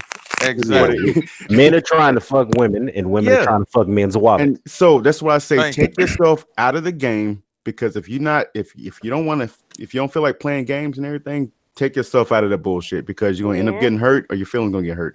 That's right. And so, I mean, and I'm sorry to say it, but that's just an extremely childish way to think. That's an extremely selfish way to think, and that's what the way people are carrying themselves these days. So you got to be cognizant of that, and you have to use extreme discernment. So don't go looking for love in the club, because chances are you ain't gonna find it. Well, at the end of the day, man, here is what's happening. Before I give you another quick soliloquy, real quick. When I first moved to Texas, I met a woman who works in the legal field out of Austin, Texas, right? I'm about 38 minutes from Austin. We met in a cigar lounge and we was kicking it or whatever. So we exchanged numbers yet again, right? We were kicking it. So we decided to exchange numbers and carry the conversation on. So a week goes by. At the end of this week, we've spent every day on the phone for 2-3 hours, right? Hey, yeah, I really enjoyed. This is me. That's you. This is who I am. That's who you are. Cool. Got it. I really would like to see you again. Friday comes. She calls me and she says, hey, I was thinking maybe we could go out to dinner. Okay, cool. Not a problem. I don't have an issue with it. So she tells me about this steakhouse that she hasn't been to, but all of her girlfriends have. I said, okay, cool. What's the name of it? Let me research it. Let me do a little background. I just want to know, where I'm going, because I didn't know. I was new. She said, bruh, I look at the motherfucking restaurant, very upscale, very nice restaurant. Not that I couldn't afford it. I'm a man of means. It's not that I can't afford it, right? I do big boy shit. I'm a grown man. The plates in that motherfucker started at $180 per plate. No, sir. No, sir. No, sir. $180. Excuse my French. Okay, hold on, brother. I know. Hold on. So now here I am. I'm like, okay, not an issue. I done went to more expensive places and done more expensive things for women with less. But again, like the sister said earlier, if you are dumb enough to do some shit like that, then it falls on you. So I'm thinking 180 plus 180 plus drinks plus all this other shit. You're talking about close to a half a stack at the end of the night, just for somebody that you had a few phone conversations with, that you enjoy talking to. And at the end of the night, what happens? Oh, thank you. I hope we could do it again. I really enjoyed it. Not on my watch. Not on my watch either. I know that's right. Hold on. Wait. Because if the roles were reversed, if you were to tell a woman, hey, I was hoping we could go out to dinner, and then you tell her you want to go somewhere where the plate started at $180 a pop, what do you think her response would be? Deuces. Exactly. Nigga, you crazy. I don't care if she sucked my dick and the Holy Spirit came out. And Ain't then, no way in hell. But wait a minute. Wait, yo, quick question. But then you try that shit with a woman today. You let a woman take you out, and a woman spend X amount of money on you, and you give her that friendship pat at the end of the night and that little peck on the cheek and talk about, I hope we could do it again. Yo, quick question though. Like, are men truly taking women? Okay, never mind, because I can answer my own question. Because and I'm gonna tell a lot of men, if you're listening right now, if you're taking a woman out and you think that she owes you some pussy at the end of the night, then you playing yourself. Well, yeah, of course. But by the same token, women have to understand that we live in the society in which we live in dictates that. That I'm sorry, it dictates. No, it don't dictate that. Nothing dictates that. Listen, young man. Listen, sir. The society in which we live, telling you, that's a society. You're telling dictator, but you got to understand we're in a rape society as well. No, brother. I'm not even gonna go down that lane. What I'm telling you is, But you're telling me what Oh my society God. says. There is no law that says that, or no It's not. society that This says this that is a why woman this owes you I some didn't pussy because you took them I out. That's didn't your say fault for doing that. You play this. yourself. Yeah, we don't owe. I don't care if you spend $5,000 on me. I don't. You're not entitled to my body unless I say you are. Unless I say I want to Okay, give it I to you. understand And exactly. here's another I thing, though, and understand. let's I just listen, because understand like this is a exactly. I factor right here that understand exists. exactly what each of you are If a saying at woman this takes point in you out, time. and then But what a I'm woman telling is you not is, going to I expect understand anything exactly what afterwards each of because you she has are options. saying. What I'm telling you is, this is the reason why we're saying that chivalry is dead. That chivalry no longer exists because you have women out here who have that expectation. But That when ain't the chivalry. situation is when the situation is reversed, then there's an issue. That's why we have this You problem can't within the reverse black it. You culture can't reverse today. it because ain't no females out there expecting dick. They can get dick for free any day. Well, I mean, not that you just want to go around grabbing free dick. I mean, I'm just saying, but So here Hey, I okay, think here's a what question the for all the females on the panel right now. You can text any guy right now and be like, "I want some dick. What's up?"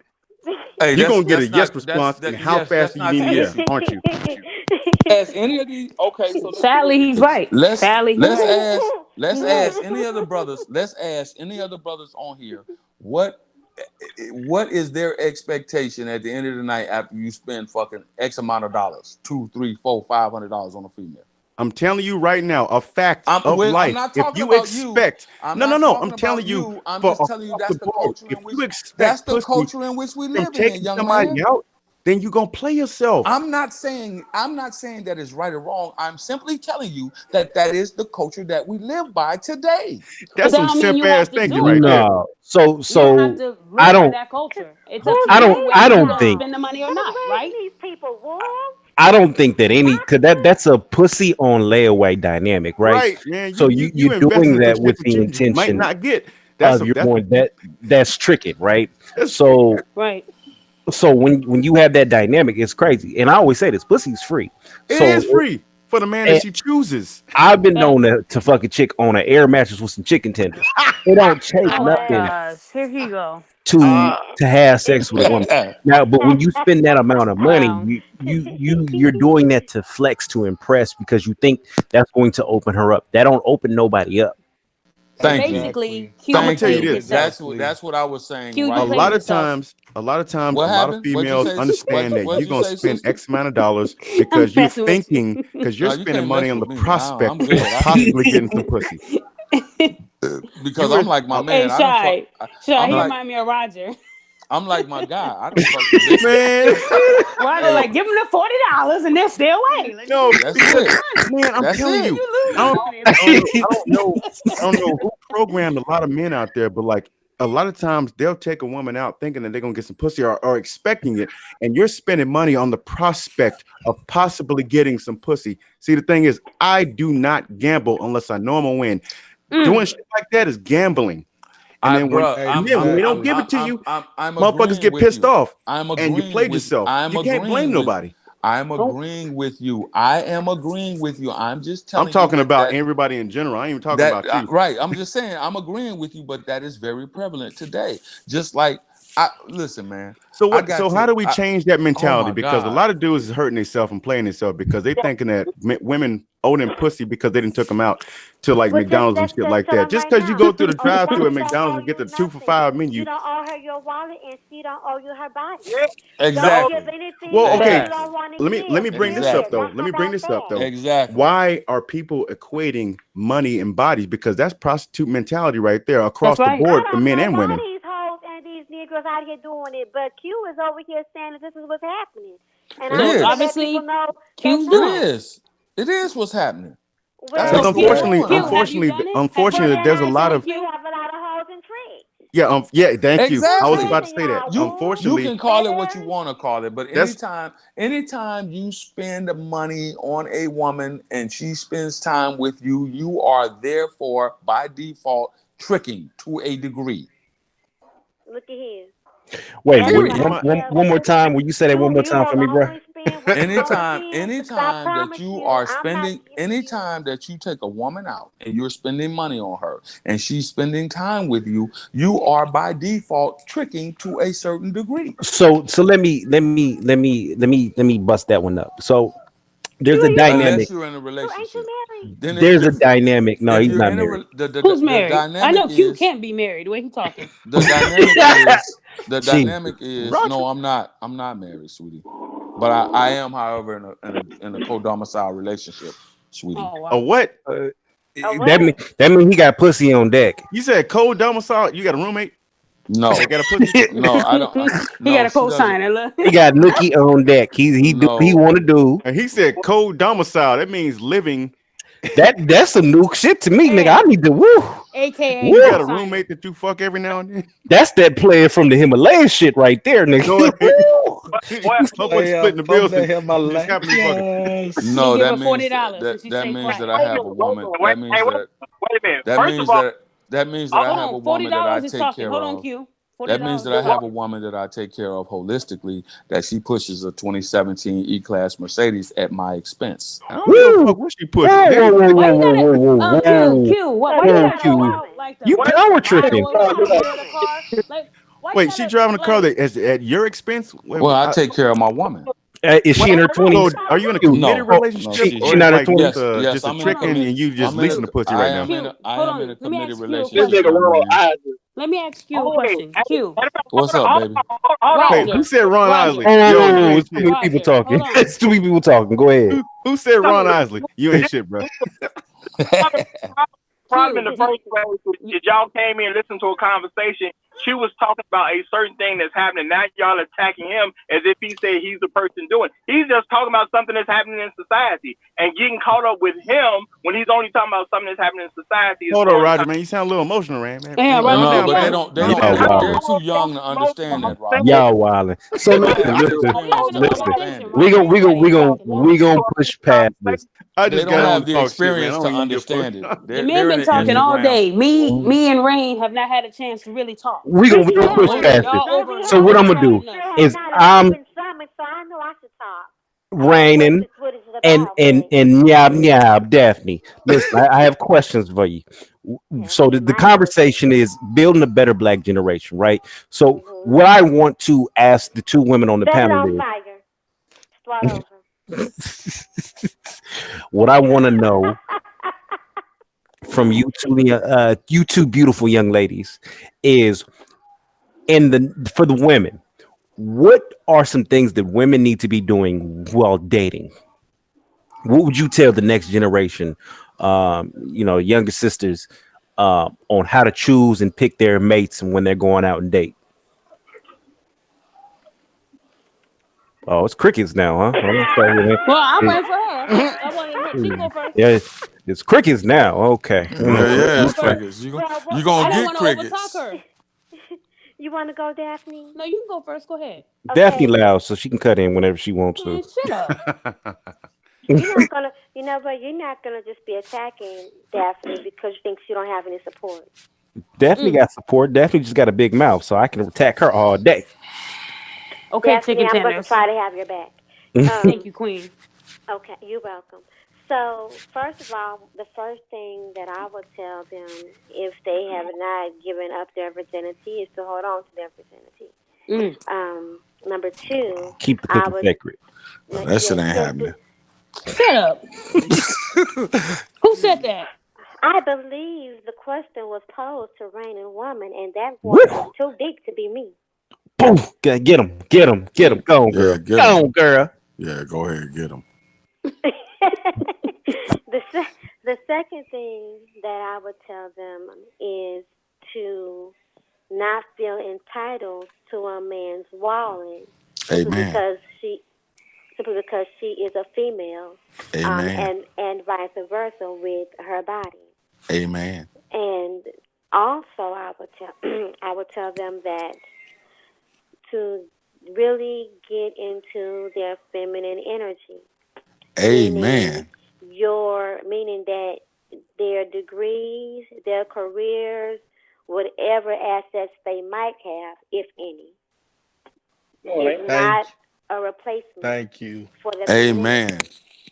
So it Thank should you. be their degrees, their careers, and whatever assets again they might have is to be an addition to their femininity, but not an asset for the man in joining, but not a replacement for femininity or for the feminine role.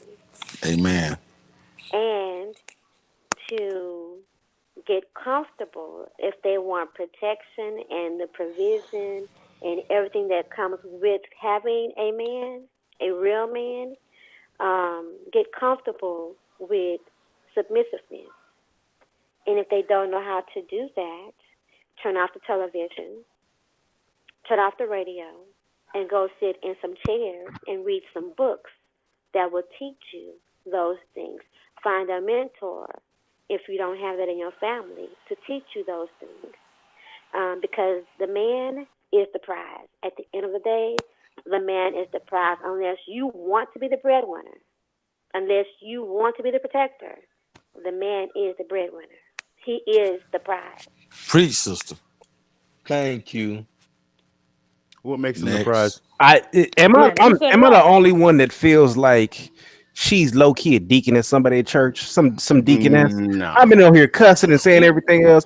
I feel Well, then bad. repent and shut up. I think I want to hear the other sister. I think that at a certain time frame that men were the prize. I think now in this day and age, that's not necessarily the fact, Oh, not no. necessarily the The thing men is because still the things have just prize. changed. Oh, Not no, true. the men is still the That's prize. not Not true, true brother. at all. True. Not That's true at not all. Not true. true. And men I'm, are the prize because that's why we have this they conversation always will be about the women providers. No, not being I'm saying that protected. they're not the prize right now because some women have a different mentality. That's them Because women, and that's the bitter women That's that are Right. like them. cats. no, Right. That's not them. necessarily bitter. Not because That's see, a them. lot of Well, that's women, them. some women aren't necessarily That's seeking them. marriage as their end all be all of their life. Right, So I but think those are that But those some are the are seeking ones. being there a are a But baby bunch those of. are mama. the That's ones that Children are crazy. not also seeking the Can I prize. complaining finish? about not having a man I No, thought no. was Can I still or not finish? ours. being able I to thought the find a floor Can was man. still ours. can I finish? Okay. Can I finish? Can I Damn. finish? Can Go ahead, I, Daphne. can I finish? Please, No, I can I think we finish? were waiting on Daphne, No, go brother. ahead and finish. Can. Okay. I'm I gonna attack think them in a that minute. we have to acknowledge the different types of mindsets that are out there. Yes, we do have bitter women. We do have ones that really don't necessarily, or they're not seeking marriage to be the end all be all of their existence. We have True. some that are still thinking in the old school traditional type of mindset who do feel like the man is the prize, and then we have the ones that just ain't shit. I mean, but he So was asking me what I would tell them. Right. I'm just putting that out there as a That reality quickie that is we have to acknowledge. attacking it. right, we Look at we him. do No, I'm not acknowledge attacking that. anything. Yes, you are. We We gonna fight. understand. We gonna fight. We do acknowledge that, and we understand that it is also a thing where it's generational, it is Right. age, it Right. is economically, it depends. But at the end of the day, what Reigning Woman says has credence because that's why we're having this male-female dynamic, strength dynamics in these conversations all over the Black diaspora of YouTube. That's why we're having this conversation where Black women are saying Black men are not protecting us. That's why we're having this exact conversation. That's why Black women are saying, I'm protected. where are all the good I'm Black protected men like a are? mug. Where I are got they? protection. I can't find a good Black man. I think Where most are of they? them are married or either in a committed relationship So already. my 2 cents on this, because Rainy Woman, you actually covered everything I was gonna say too. And the first thing I was gonna say is protect your tempo at all times. A lot of these women, they sleeping around and having all these kids, and them the same ones saying they don't want to be married, but you want to be a baby mama. So Right. you don't want to Amen, be committed. sister. You don't want to be committed to a man, but you want to Amen, be committed to sister. having a Thank kid you. with that man. That don't make no Amen, sense. Thank sister. Right. At thank the end of the you. day, I grew up It without my makes mother. no She died sense. when I was young. I waited till I was 21 to lose my Sorry. virginity. It wasn't hard. What I did was I did exactly what Rainy Woman did. I read a book. I asked people. I had counselors. I wasn't going to follow everybody else and have kids at 15. I told myself I'm not going to lose my virginity until I found the right man that's going to, take care of me and be there for me. And he ended up being my boyfriend. So at the end of the day, it's like, it's not hard to protect your tempo. A lot of these He women ended up don't have being your direction. boyfriend. A lot of these women don't have direction. You ain't No, shit. because You I ain't played shit. ball with him. The guy that I lost my virginity to, I played ball with him for like 5 years. He had an interest in me. I wasn't ready. I was still in high school. I wasn't ready for that. So I waited. And at the age of 21, I just felt like he was the one I can trust. After it happened, we ended up born together for a year or so. So that's how that happened. If you wanted the whole story, you feel better now? It wasn't A just little some bit. random guy in the street. Little At the bit. end of the day, it's Shut up, like Brandon. he being a jerk. But at the end of the day, a lot of women need to protect their temple first and foremost. So The how do we get generations back to have teaching that changed. though? How do we You get back know, to teaching the that reason since why a it's lot of not? these women don't know how to do that is because they mothers couldn't even do the shit. You know, at the end of the day, I lost my mother when I was young. I didn't have a mother to tell me what being a woman was. I had two sisters, but they were older than me, and they was already sleeping around. I wasn't like that. I was different. So at the end of the day, now women do have their mothers. They just don't want to listen. They think they Beyonce, they could be independent. They living off of this Real Housewives and all this bullshit on TV. Like Randy Woman said, turn the TV off and read a fucking book. A lot Bro, of we these don't women even got don't know how cable to in do here. that. We don't watch nothing. So- None of that bullshit. I don't even loud up in this house. And then they think that they can take that into their Exactly. household. And that's why a lot of these women out there think that if they're going out with a man, I'm going to make him spend all the money he can on me. And if I want to give him my body, I will. If I don't, I won't. So- That's their attitude because they see it on TV and they think that's the life when it ain't So the let life. me ask y'all this. Not the life. Let me ask y'all I this. wasn't How do done. we Can I finish? get past that? I mean, how do we get back to teaching that? So I have two nieces. I don't have any kids. My two older sisters, they don't have any kids. But I have two nieces, and one is going to be 12 years old. I have to protect her because her mother is a hoe, straight up. Oh, She damn. got 4 kids and 3 Damn. baby daddies. She's clubbing What? every weekend. Clubbing every weekend. So Damn. my You in bro- Phoenix? So she's in Phoenix. Her name is Keytrail. I don't know who she is. That's my brother's baby I don't know mama. her. I don't know her. I don't know her at all. So I be lying. But at the end of the day, when I had my niece like a few years ago, she was twerking in front of me, and I asked her after I beat the shit out of her. Who I taught asked you her, this? Yes, right. Mama taught me. What? So at the end of the Mama. day, she's gonna be Oh, what her mom no. was because this is what she's teaching her. Her mama need her ass beat, but then again, her mama's young too. They all had kids in their teens. No guidance. Generational When hood they rat. don't have no guidance, what's gonna happen? Exactly. You're gonna have a baby doing the same, repeating the same behavior. It's a recycle. Exactly. If it was my child, I Exactly. would have skinned her because I was raised getting whooped with switches, extension cords. I learned what was right and what was wrong. At the end of the day, she's a product of her mom. She's following what mom is doing. Mom ain't putting her foot down. And then when my brother comes in and tries to attack the situation, they in court because she's saying he's abusive. So it's hard now. Now you can go to jail for whooping your kid. Times are Exactly. different. You can't beat the shit out of your daughters now and put them in tear them. You can't. You can't. So I would just say the best thing I can say is if you have a niece, even if it's not your child, be there for them, offer them the guidance that you can based off of how you lived. You know, my brother always wants my niece around me because he knew I was a late bloomer. He knew I took forever to sleep with a guy, and it wasn't hard to do. I just knew that my books were more important than fucking a guy. I didn't want to follow the trend. It wasn't worth it. You know, nowadays you got bigger diseases out here now, so it's easier to contract shit. I'm not trying to be a part of that cycle, but if you teach them young, they won't have to worry about that. The fact is, a lot of these kids are not being taught. A lot of these girls on Facebook twerking and all that, they didn't have that guidance. But at the end of the day, they know right from wrong. So if they wanted to change, they can. They're choosing not to because they want to fit the norm. They want to be the next Alexis Guy. They think that shit is nice. But when you look at their real life, they ain't even wifed. You can have the body for days and these niggas are still not wifing you. Why? Because you dumb as hell. Looks ain't gonna Because they're giving them access to the body easy, and it's like there's nothing. Looks and a nice body don't last forever. It don't. When you get old and that shit starts to drop to the ground, you ain't gonna be worth shit. So at the end of the day, you can't look at looks because that fades over time. You gotta look at what's inside at the end of the day. And a lot of these women ain't looking at it like that. I'm gonna use what I got now while I can and get me a sugar daddy. That's just the life we live in now. It wasn't like that back in the day. It's like that now. So all I can say is show one. All I can say is if you know somebody. Well, the thing is, we got to go back. You got to go back to a time where people actually respect men for taking care of women. Because if we don't want that situation like that, you cannot clown men who are willing to take care of their women. You see what I'm saying? Like this brother here, he is older. You know what I'm saying? Been married before. He just said he got his woman in a nice vehicle. What was the response to that? You know what I'm saying? Wasn't a very positive response. But that man saying, "That's my woman. I'm gonna make sure my woman is straight." If we frown upon people who take that attitude, how you gonna ever push a society back in a better direction? If we want men to be leaders, then why are we laughing at men that are willing to take care of their women? I don't think it's a problem. Marriage or is the woman to just being with her? You know, but at the end of the day, for that man is, however far he wants to go in that particular situation, because it's up to him to say, hey, I'm going to marry her based on whatever she's doing. If he hasn't gotten there yet, then he just ain't got there yet. That's on that woman to figure out how to get to the next level. But if he ain't there yet, he ain't there yet. But he is at least saying that while she's with me, she's going to be straight. That's right. But if you buying a woman fancy gifts and this is your girlfriend and you're taking care of her and giving her all this nice stuff, how do you know she's with you for the love? That's what I'm getting at right She's there. so used to you. Hold on. She's so used to you taking care of her and showering her with gifts and all this shit. What happens when your money runs low? What happens if you get hurt and you can't afford that lifestyle for her no more? If she gonna stay or go? That's the difference between a woman that's there for the time being, for the enjoyment of you buying her gifts, and a woman that really got your back genuinely. How would you know the difference if you always putting fancy shit in her face? Then she's gonna be accustomed to that. Then she's not gonna want you to stop doing that when the money get low. So you gotta be careful of that too. If it's just your girlfriend, bro, pump the brakes.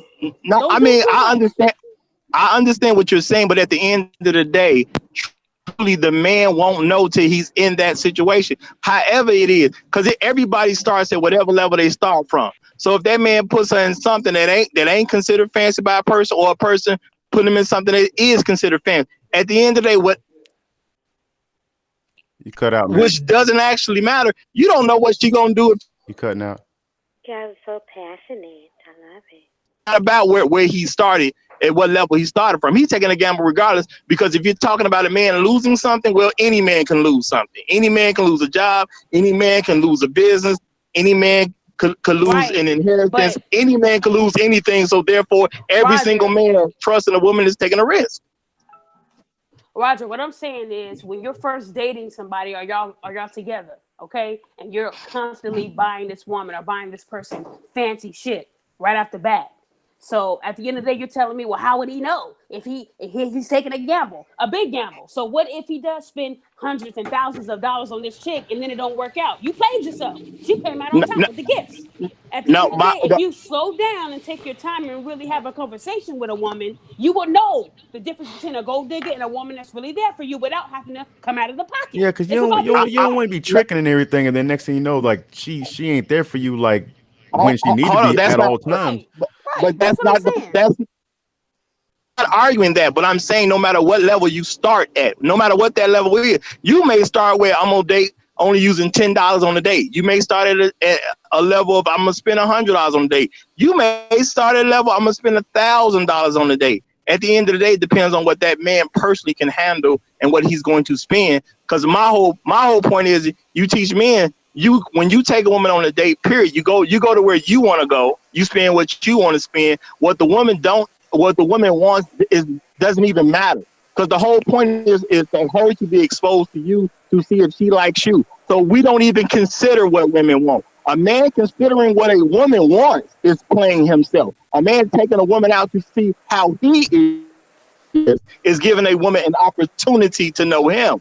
It's a big difference. I care nothing about what a woman wants. Is not my girlfriend. If I take some woman on a date because I think I want to take on a date for whatever reason I see in her, she's going to do exactly what I want to do. We're talking about committed relationships and everything, and like a co-domicile situation and everything. So I would say that's a little more than a girlfriend. You know what I mean? So that was my whole point. So somebody at that level where he's with her like that, if he's going to take care of his woman, there should be no backlash for a man that's willing to take care of his woman. There's gonna be there should be some backlash, because you should be able to ask questions like that. You should be able to ask, like, what's the level of relationship is, because you could potentially helping that man not play himself.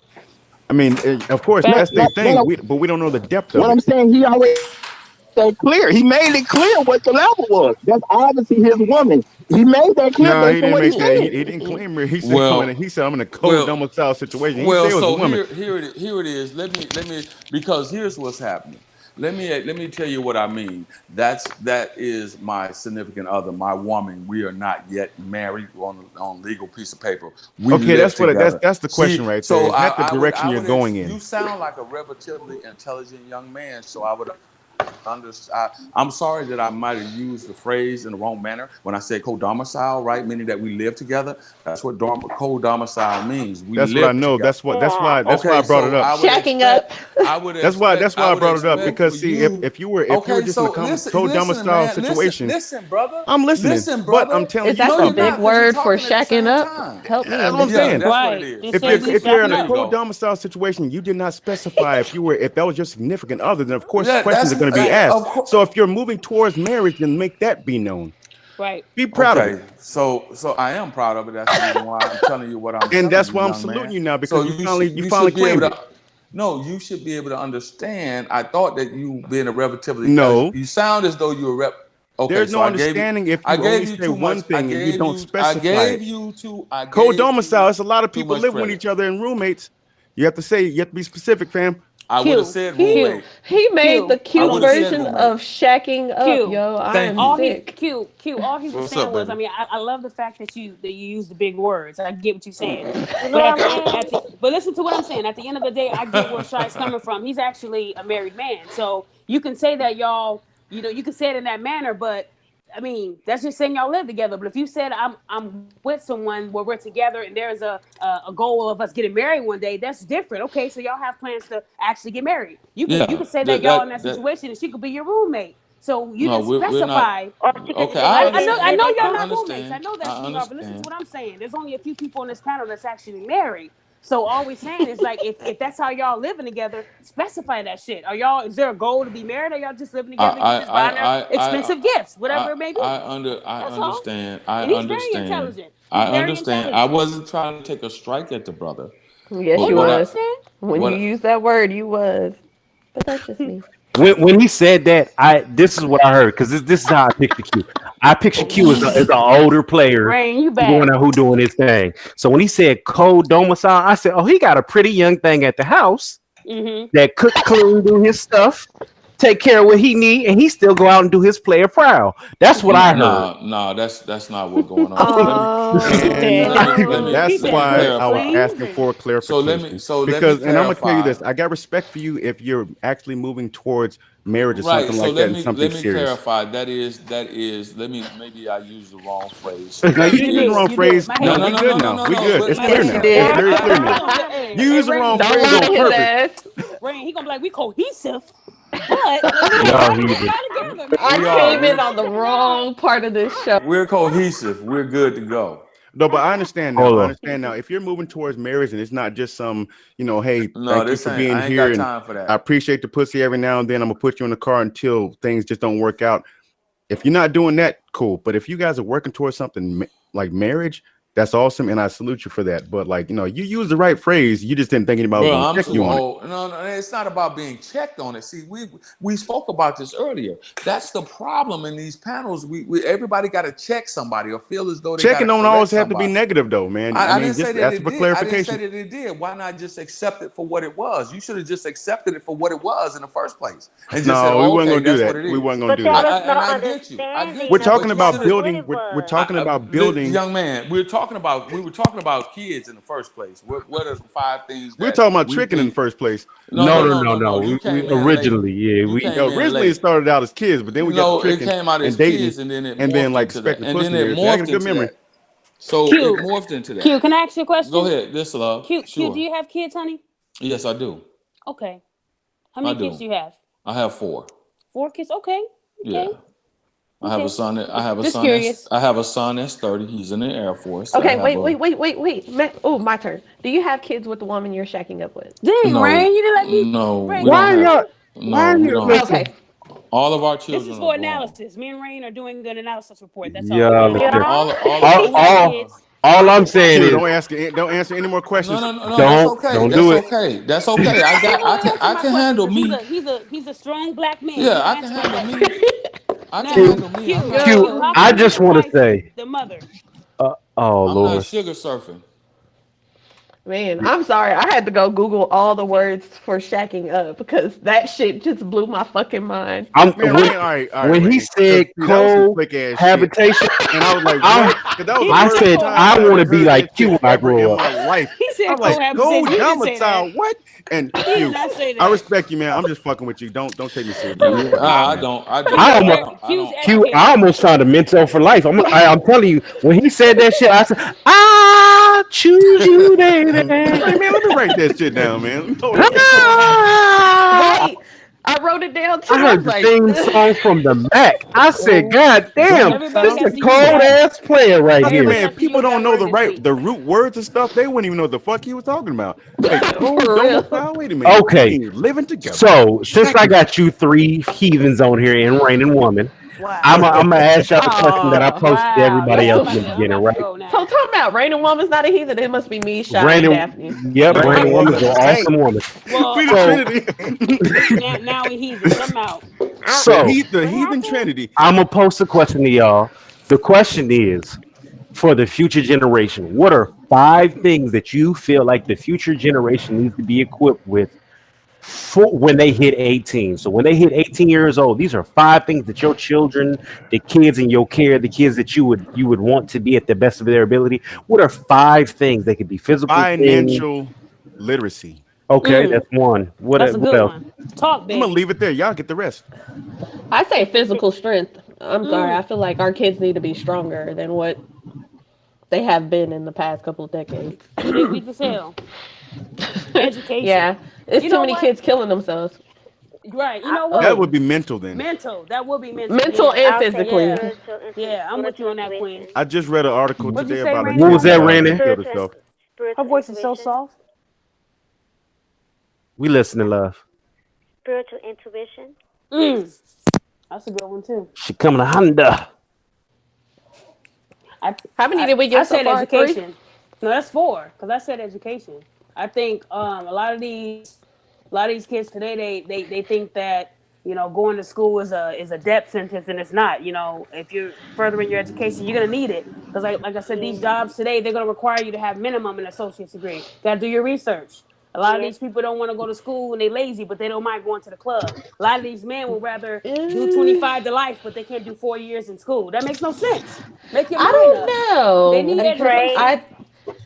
Well, yeah, I would prefer a trade than them going to just a 4-year college. That's still education, baby. University. Even if you're going to school for I'll take that refrigerators, instead. that's still school. You can go to refrigeration school. You can go to UTI. All that's education because you're going to school to build on a trade, whether it's cosmetology, anything it's still education. You still Honestly, got to take out I want kids to be going able to university. Mm-mm. Like, think about it. If a kid goes to school for a trade and then say that that's the only thing they know, that education is only for that trade. If you go for a degree, that's more broad. If you go for business, you can do anything with a business degree. But more If I go to jobs school- nowadays are hiring without degrees. True. They're but doing what more kind of jobs are experience those? than. What high-paying jobs will hire you without a degree? I want Please kids. tell me. I want I kids seen to go to Google- school without having to be stuck in the structural, like the pilot. structural cage that they're stuck in, as far as like traditional education. Because of course we all know this, and it's been going on for decades. You can go to college, get a degree and everything, and still not get the job that you were actually going to school Yep. for. So I want kids to be able to understand that you can go to school for all this time, but have financial literacy to be able to maneuver and not fuck themselves in financial debt and everything with school loans, but also keep their mind open to different avenues of I guess just making some kind of money. They got people that never went to college that are millionaires right now.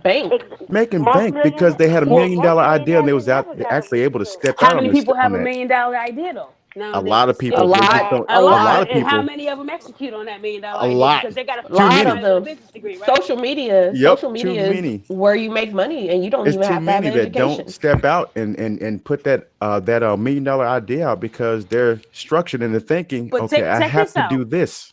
Check this out. You might have $1 million idea, but you still got to hire a team that's educated, that knows the financial analysis, that knows how to start the business. They still got to have education at some point. You That's can why have a kids $1 need million that. idea, That's why but kids need most that of the- hold on, education baby. themselves. Most of those billionaires have a team of educated people handling their money, their finances, the lawyers. All of them went to school. So education is always going to be in the forefront, baby. Yeah, I'm yeah, not I know. saying I know going that. and I going think to school debt. kind of. There's I think school scholarships. trip. You I can go think to school for free. I think that structured school somewhat cripples us as a people. Period.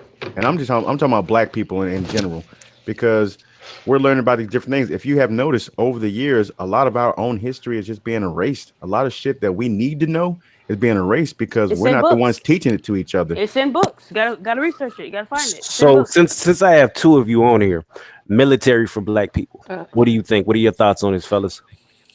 Military for No. black people? Because both of you two are in the military. So what do you think in I terms come of from a black military people? family. I come from a military family. So Military I mean, is an excellent option for, and I'll speak to that. It's an excellent option for young men and women who have no direction or idea of what they're going to do after they finish their primary educational level. if you want to trade, if you really want to trade for free and then get paid while you're doing it, I think the military is a good option. I think that me personally, I could stop in the military right now and I can make probably more money in the civilian sector because my job is in a high demand as far as like military and also in civilian sector. But yeah, like he said, as far as like if you don't have any direction or kind of structure or something like that and you want to learn something, definitely go for it. It's not a must, but I mean it's an option. So what do you think? Oh, in terms of military, black in the military, because we're speaking of black people being black in the military. Are there hazards, pitfalls, and things to watch out for? Is there a downside? I mean, let's speak on it. There's definitely racism in it. I've seen my fair share of racism in the military. Fortunately, those people who showed racism, they are no longer in the service and they got busted down. I outrank them right now. Shout out to y'all.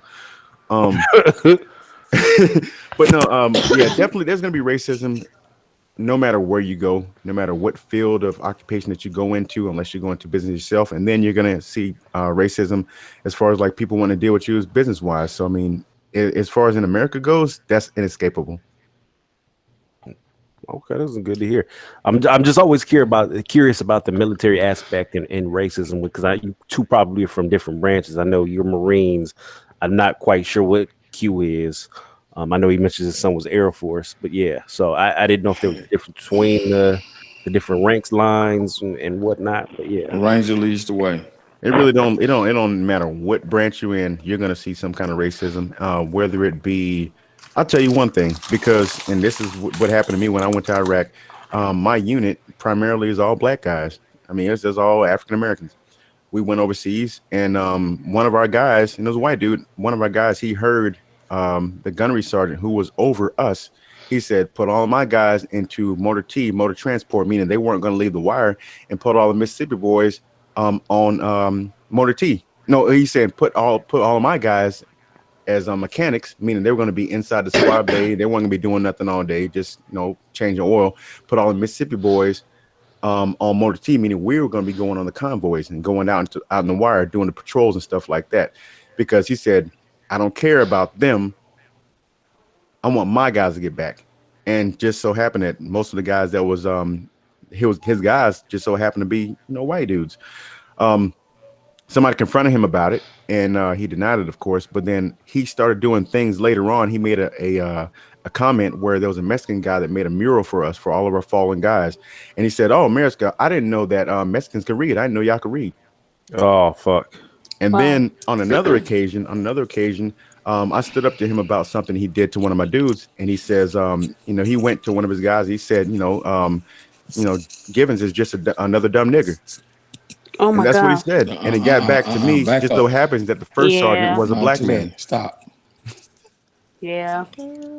Well, Wow, that does happen. That does happen within the military. It's not as prevalent. It's more so covert today than it was, 10, 15, 20 years ago. So yeah, racism is a factor. You just have to understand what you're dealing with. Remember, the military is only a microcosm of society.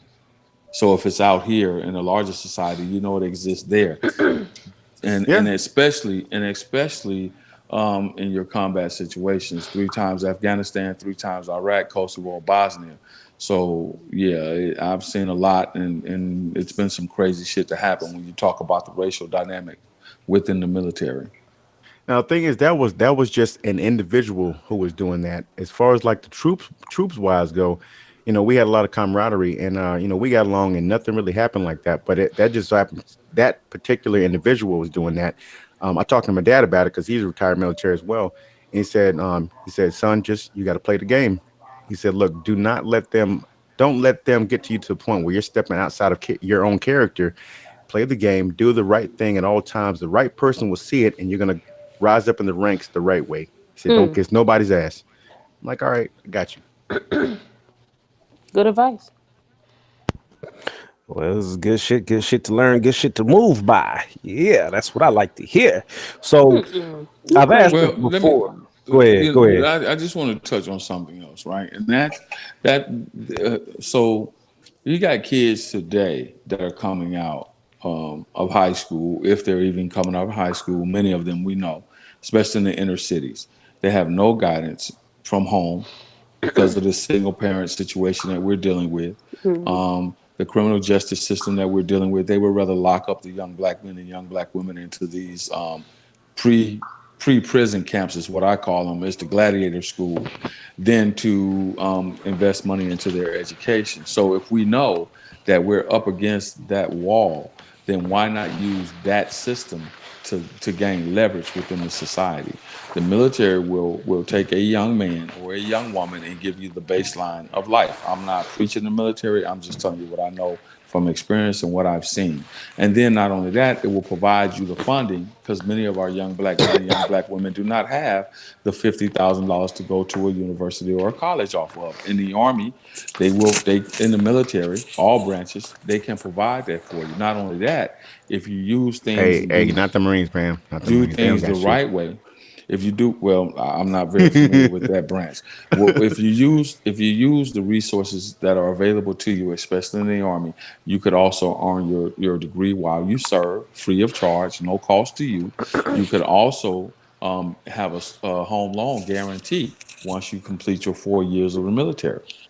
At 400, I think it's 480,000 right now is what it is. That's correct. And it increases. The more time that you serve, your home loan guarantee goes up. I think it gets as high as 750,000 for your home loan guarantee. Wow. Well, a lot of these Damn. kids don't know that because they're not being told that. A lot of them think if they go, that means that they're gonna go right to Afghanistan and get killed. That's the Yeah, they thought. serving in the trap instead of serving in the core. That's a stereotypical mentality. Yeah, it's unfortunate. I've Like heard that. these kids say that. I'm not gonna get my hair blown off, and all this crazy stuff. And I'm like, what? You know that you have, as a young black male or a young black woman, even females, you have a 60% chance of being murdered in the inner cities. Yep. Higher. It's a 60% higher rate of being murdered in the inner city than you do going to Afghanistan or Iraq right now, presently today, or even at the height of the war. So a lot of these young men in like Detroit, Chicago, for example, Los Angeles, New York, for example, their rate of recidivism going back and forth to in and out of jail, it's a waste of time.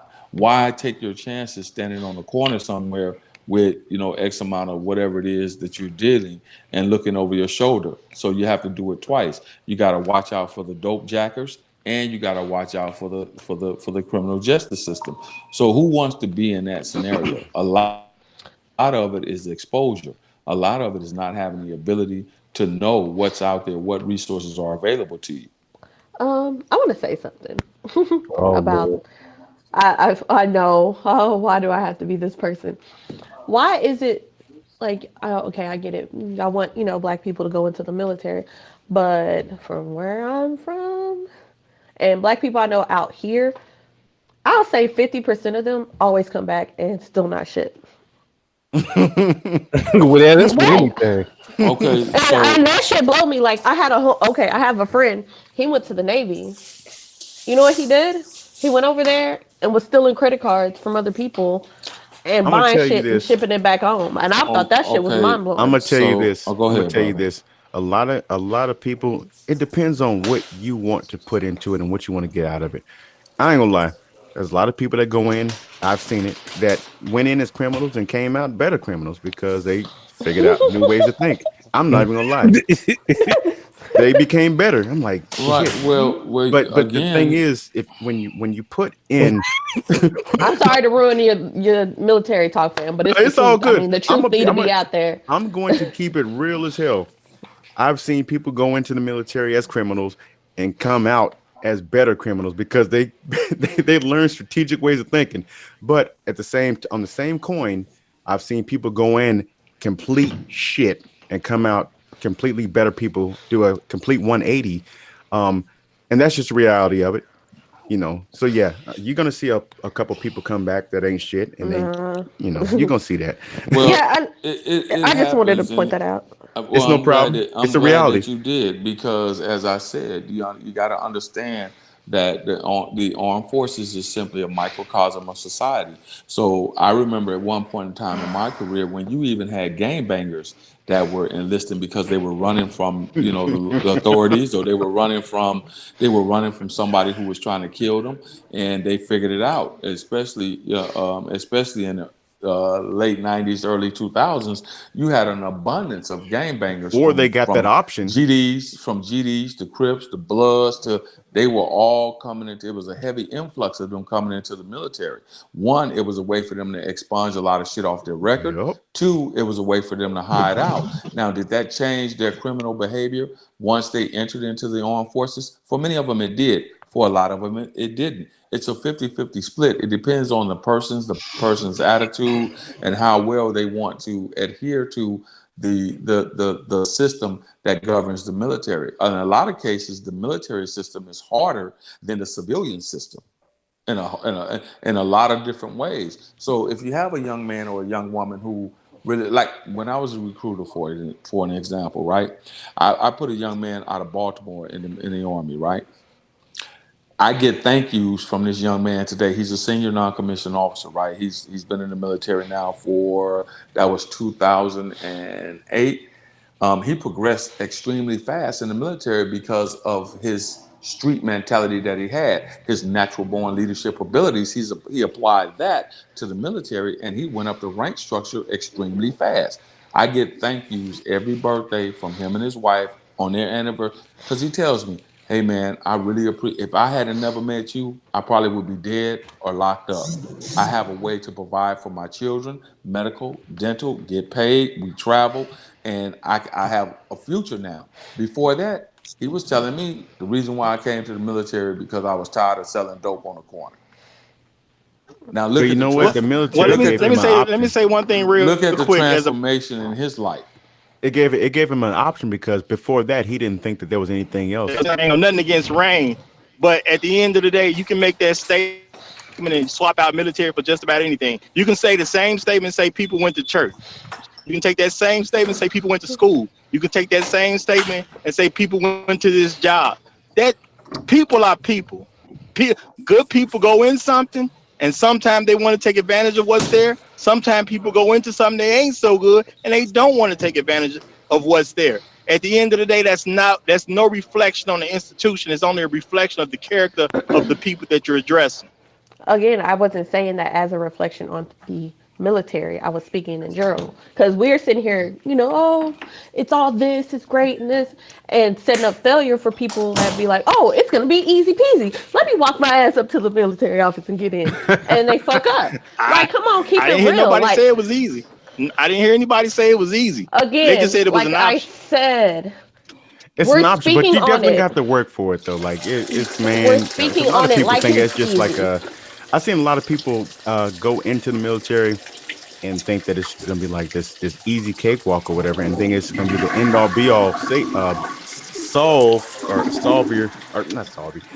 end all be all solution to their problems. But unfortunately, it's not, and a lot of people do wash out because they think that it's gonna be the end all be all solution to everything that's happening to them, and it's just not. And that's why I feel like I said what I said, because it's something people need to hear. We need to be 100%, regardless of what it is. Yeah, I mean, this or that. We need to speak the truth about it. They're going to have some requirements. You're going to have some kind of drive for yourself and some kind of commitment to get past the basics, as far as like basic training and stuff. Some basic trainings are harder than the other ones, but then after that, you're going to come home back to the reality that you left from, and then you're going to get sent off to your duty station, and you're going to have to learn your job, because you're going to most likely go to your MOS school, which is your job school, whatever you chose, and then you're going to have to fulfill the requirements for those 4 years, or however long your requirement or however long your contract is. Now, if you don't fulfill those requirements and you get a a less than honorable discharge, then you kind of screwed yourself. But like, But let me say honestly, this real quick. Because all that breakdown ain't even necessary.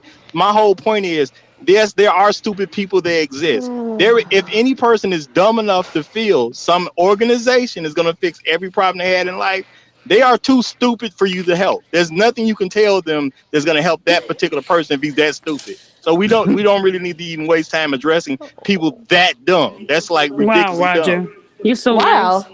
No, I'm just saying what it is. If a Well, person can think any institution can fix every problem in their life, you are incredibly dumb. You well, basically Come need to give out. That's what Wait. she said. Wait. That's not what she said. Hold on. So you're saying this homeboy that I don't know the guy's name with the big word. What's his name? it's He just Q. gave a story about how one guy, this institution changed his whole fucking life. Is that stupid? Well, let me He did see. still have to take advantage No, of no, the no. opportunity. That's Answer not what the I question, asked. Roger. Answer the question. Was What's he the stupid for question? gambling? He put all his eggs into the military. All his eggs into one basket.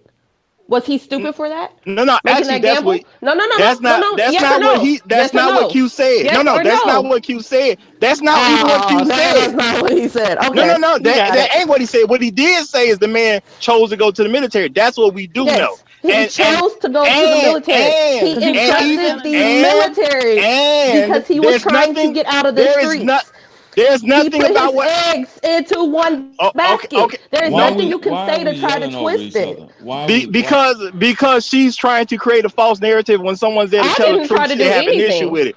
At the end of the How day, is it she's the basically truth? because you just you're in your I feelings. can tell You're in your I can feelings. tell you you're Okay, saying it. go I can ahead. tell you You got it. You got when it. you ask me a question saying that the guy is stupid. Nowhere in anything I said did I imply that that guy was stupid at all. That was never made. I said if a person thinks that any institution can fix every problem in their life without them doing something, they are an incredibly stupid person, and there's nothing any of us can say to help a person that stupid out. That's what I'm saying, and That's I not how you stand on said it, that word. Roger. Any person who is dumb Roger, enough you to just added feel words this the time. organization can fix it for you, then you're an idiot. Let him have it. So let me Roger, that's not how you said it. let me see if I can put some clarity here, right? This is what I simply said. If you take a young man or a young woman who reaches the age of 17 or 18 years old and they barely skate through high school, and their only course of action is now because of the job situation and because they cannot afford to go on to post-secondary education, then the military is a viable option because or you could go and try to get a certification somewhere. However, we know that these things nowadays take money. A lot of these kids that come from impoverished environments do not have even the funding to go to a trade school. So I would say for a young man or a young woman who's just saying, what I don't know what I'm going to do once I'm out of high school, and mommy and daddy is saying that I got to do something, and I would rather go somewhere like the military than to be at McDonald's working a part-time minimum wage job. Therefore, I cannot provide health care for myself. I cannot pay for the things that I want. I cannot better my life at an expedient process, right? So the basic salary for a fucking private right now in the Army, meaning starting fresh with no rank on your chest, is about $1,900 a month. Are you going to make that at McDonald's? Plus, you look at the fact that you're going to get housing free. I was about to say, keep in mind you got housing Plus, you're for going to free get as well, housing free. and Plus, health you're care. going to get, wait, let me finish. Plus, you're going to get medical and dental free. Plus, if you have children and a wife, like a lot of young couples do, they get married and come into the military, they'll even pay you a housing allowance. They even provide medical and dental for your wife and for your children. All you gotta Now, do is show up and play right. Don't mute me. All you have to I can do hear your is show TV. up. All you have to do is show up and do the right thing and listen and get away from the street environment. Like I said, the young man that I put in the military back in 2008, he came in as an E3. That was 3 stripes on his chest, and he was still considered low enlisted. but he played the game. He left the street mentality behind. Did he have some hiccups and problems because of his attitude? And yeah, he had a lot of them. But with the proper mentorship, with the proper guidance that he did not have because he never knew his father. His mother was killed in a car crash early on. He was raised by his grandmother, who was too old to do anything with him. So when I came in contact with him, he said, hey, this is why I'm here. I don't want to continue to be on the streets out here in Baltimore selling these goddamn rat packs of goddamn weed and crack or whatever it is, because I don't want to get killed, get murdered, and I don't want to go to the penitentiary like my brother did. He has enough foresight, though. That's a good thing about it. That's why I'm here. And then he said, I got a son. He had a little son at the time. He said, I want to get married. I want to do the right thing. I want to, make some progress in life. And I said, I got you. Helped him choose a job, got him shipped, got his ship date, shipped him out. I ran across this brother 2000 and, 5 years later, 2013. Ran across the brother 2013. And the model motherfucking soldier. Does he have some shit in his past that he can look back to, or anyone can look back to if he was on this phone call and say, well, you were a piece of shit? Because like he said, yeah, I broke in houses. I robbed. I took shit to the pawn shop. I was a jump out boy. I did a lot of shit that could have got me fucked off. So for him, it worked out. It's about the amount. It is about the amount of what you have in you. You got to put something out there in order to get something. To whom much is given, much is required. So does it fix every problem? That would be like saying reparations, that conversation. Just for a second, bear with me for a second. If they took and they said, okay, it's 47.3 million African Americans in America. We have $47.3 million that we're going to give to each African American man, woman, and child. How long, for some of us, would it fix the problem that we have in everyday life? Sure. Money alleviates a lot of problems, but there are a lot of people that would get that $1 million, and within 5 months, they'd be back to square one. That's right. Boy, Gucci gonna be lit. Yeah, Gucci, Escalades. What else, girl? What else? Everybody gonna have Vipers and shit. Instead of investing in having their own store and their own shoe line, they rather make these other mother rich. So it is a mindset that you must have as to anything that you do. When I was a drill instructor, I can't tell you how many letters I would get from single mothers, especially from the single mothers, thanking me, crying at their son's graduation, saying, oh my God, you saved his life. I'm so happy. I really appreciate him. I'm so proud of him. I took a kid, man, if I could show you a before and after picture, you wouldn't even think he was the same motherfucker. If I could show you a before, if I could show you a before and after picture, you wouldn't even think this kid was the same person. You would have no idea that this kid would. But if he took off his shirt and he revealed some of the tattoos, some of the bullet wounds, some of the stab wounds, you would be like, holy fucking shit. And this is a 17-year-old kid that barely got a GED. And I cheated for him to get his GED. Oh, shit. Dang. Go ahead and snitch on yourself, Q. You might want to delete this whole You know you fucked up, right? But You know see, you fucked up, right? First of You might all, want to delete the whole video. But I give it a shot. First of all, I'm B1. I'm all about my young brothers and my young I sisters. get you. out here. That's what's All up. right.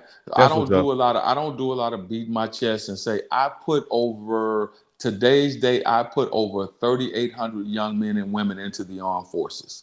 Of that percentage, of that 3,800, within the course of those 3 years that I served as a Army recruiter, I cannot tell you how many that are still in the military. I do know that my Facebook page continuously lights up from the soldiers that I put into the military, with them and their families, and buying houses and buying cars and talking about the things that they're getting ready to do with their family. I got a lot of them. I can't tell you the accurate number, but I believe that the vast majority, I would say, that I have contact with have fared out better than they would have if they stayed in the civilian sector. Yeah. I had a young man that I had a young man as a drill instructor that he graduated boot camp. He went back to Brooklyn, New York. in a nightclub and got his brains blown out 3 days later while he was on leave. So some people you Yeah, can shit help, happens. some people you can't. Yo, Q. Yo.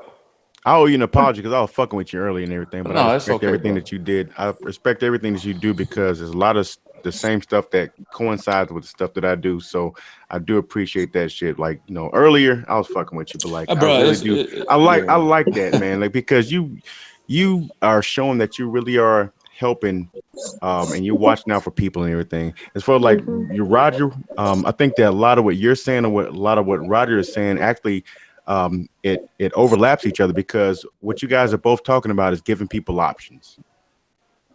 Right, And that's what we have to a do. lot of time these young people don't think that they have options. They really don't see it. They actually don't see that they have options to do other things because their minds are not open to it. They And don't that's realize why, it until and someone else that's brings it to them. And that's why, for me, when I come up on these panels and we have these conversations, be it adult conversations about sex, love, marriage, relationships, politics, regardless of what the topic is, I try to keep a fair and balanced for people may tune in. You may have some 21, 22, 23-year-olds that tune in. They may come across this however they come across it. And I know for sure on other platforms, there are some young ladies, when we have the relationship talks, they ask questions, as I said early on. I've had some of them to actually reach out through the Hangout app and say, send me a message. Hey, can I call you? I got a question for you. I didn't know my dad, or I have my father and I have my stepfather, but my father and I do not have a great relationship. However, my stepfather and I have the best relationship and I feel cheated. How do I handle that now that my father's coming back around and want to be in my life? So you as an adult, as a thinking man or a thinking woman, you have to be very cognitive of the information that you're putting out in a public forum. That's what we have to do as Black people. We got to first hold ourselves accountable before we can hold the next generation accountable. Oh yeah, definitely, man. Definitely.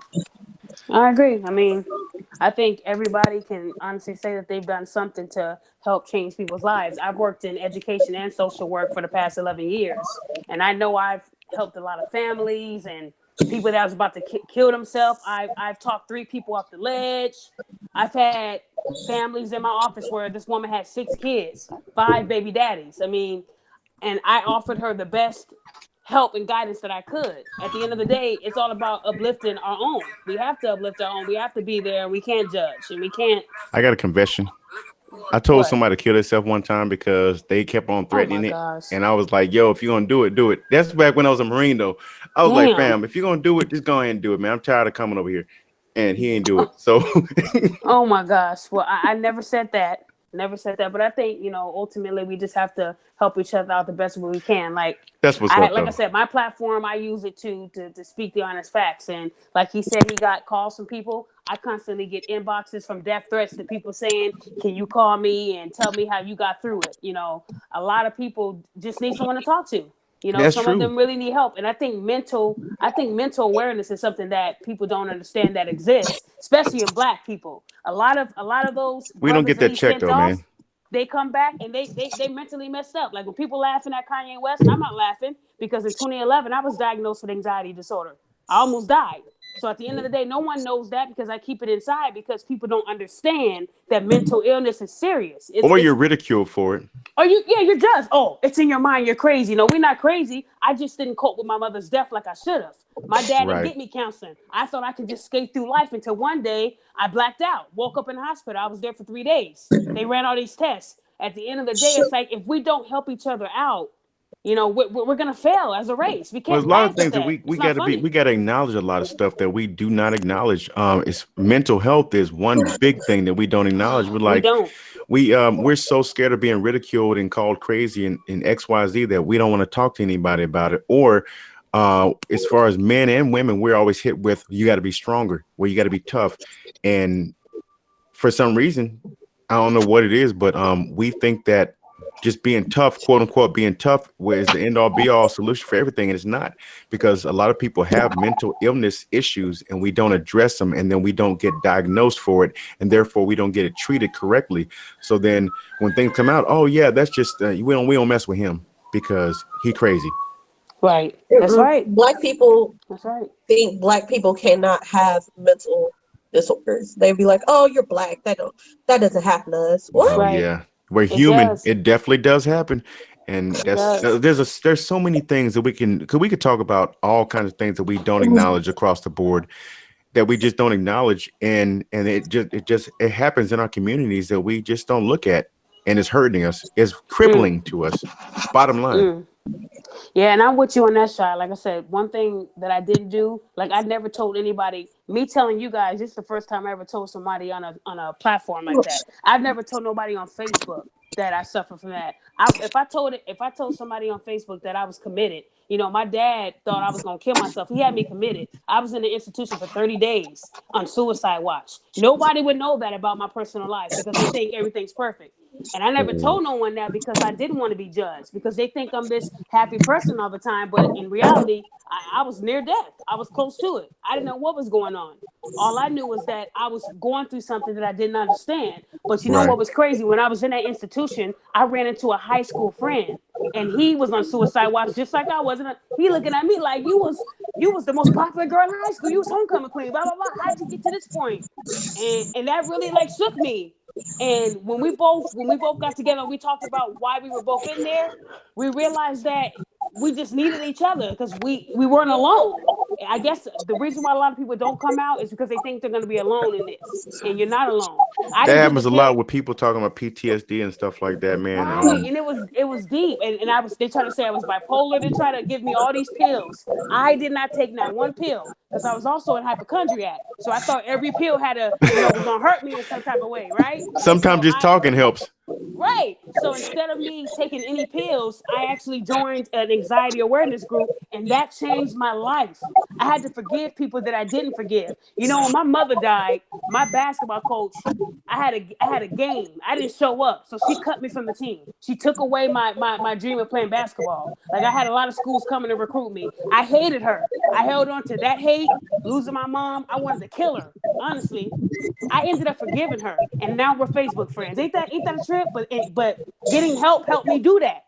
Some of us have this problem because we hold on to anger and pain from the past, and we don't want to deal with it. We don't want to tell no one about it because we don't want to be judged. So yeah, it's just something that I haven't told anyone until right now. I kept that a secret because I learned to overcome it. I'm not perfect. I have my anxiety and fear sometimes, but I've learned to overcome it. So a lot of people don't get that choice. They kill themselves. They let the pills take over. They get addicted, and then they get killed. They get hurt. So the Kanye West thing, I never laugh at that because I remember being there. It's not funny. As far as like It really Kanye is. West goes, I think that when that happened to him, when his mother died, he Yep. never got a chance. He never, With him never. being in the public eye so much, he never got a chance to really truly mourn for her. So it came out in his Amen. music, but he never Same did way. get the therapy that he needed. There you go.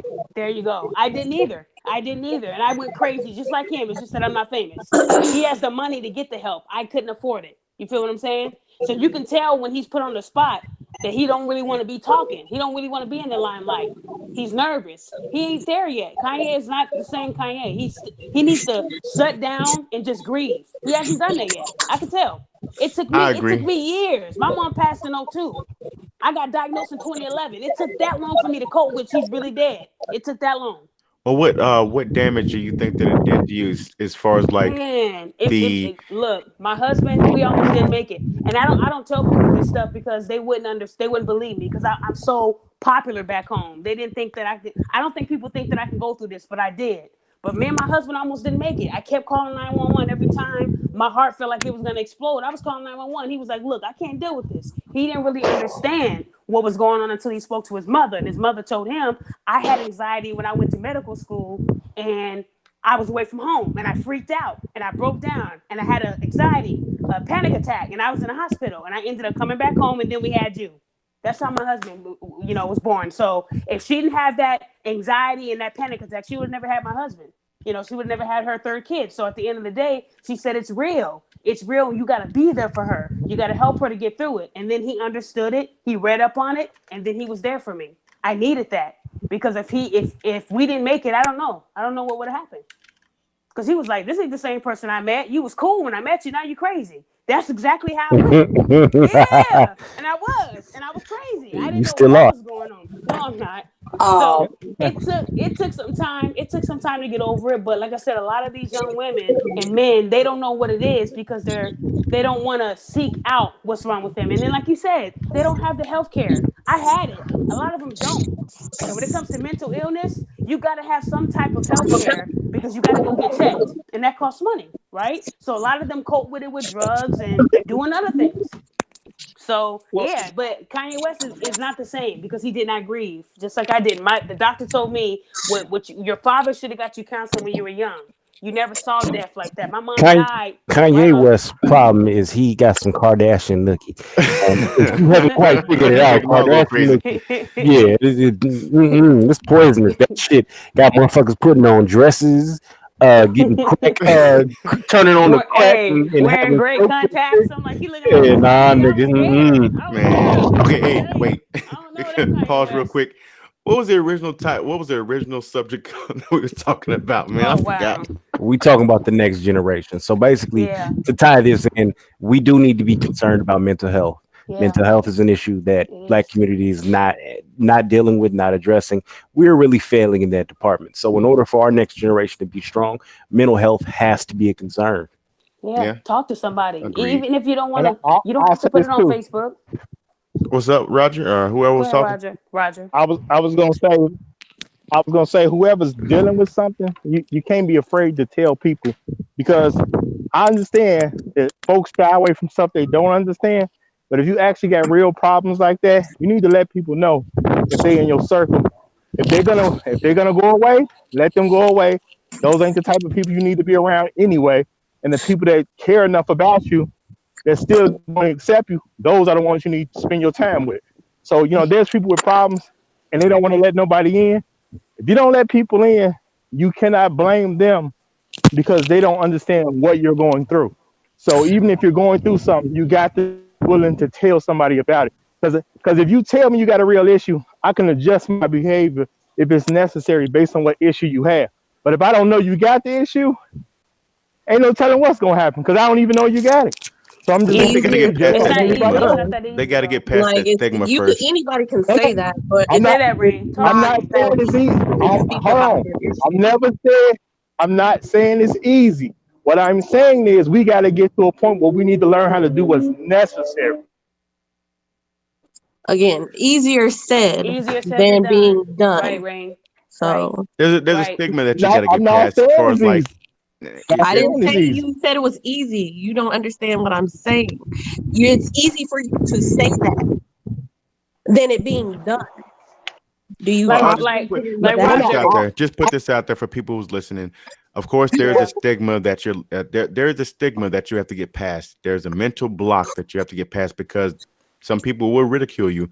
But unless you say something about it, unless you voice what you're going through, then you possibly can't get help.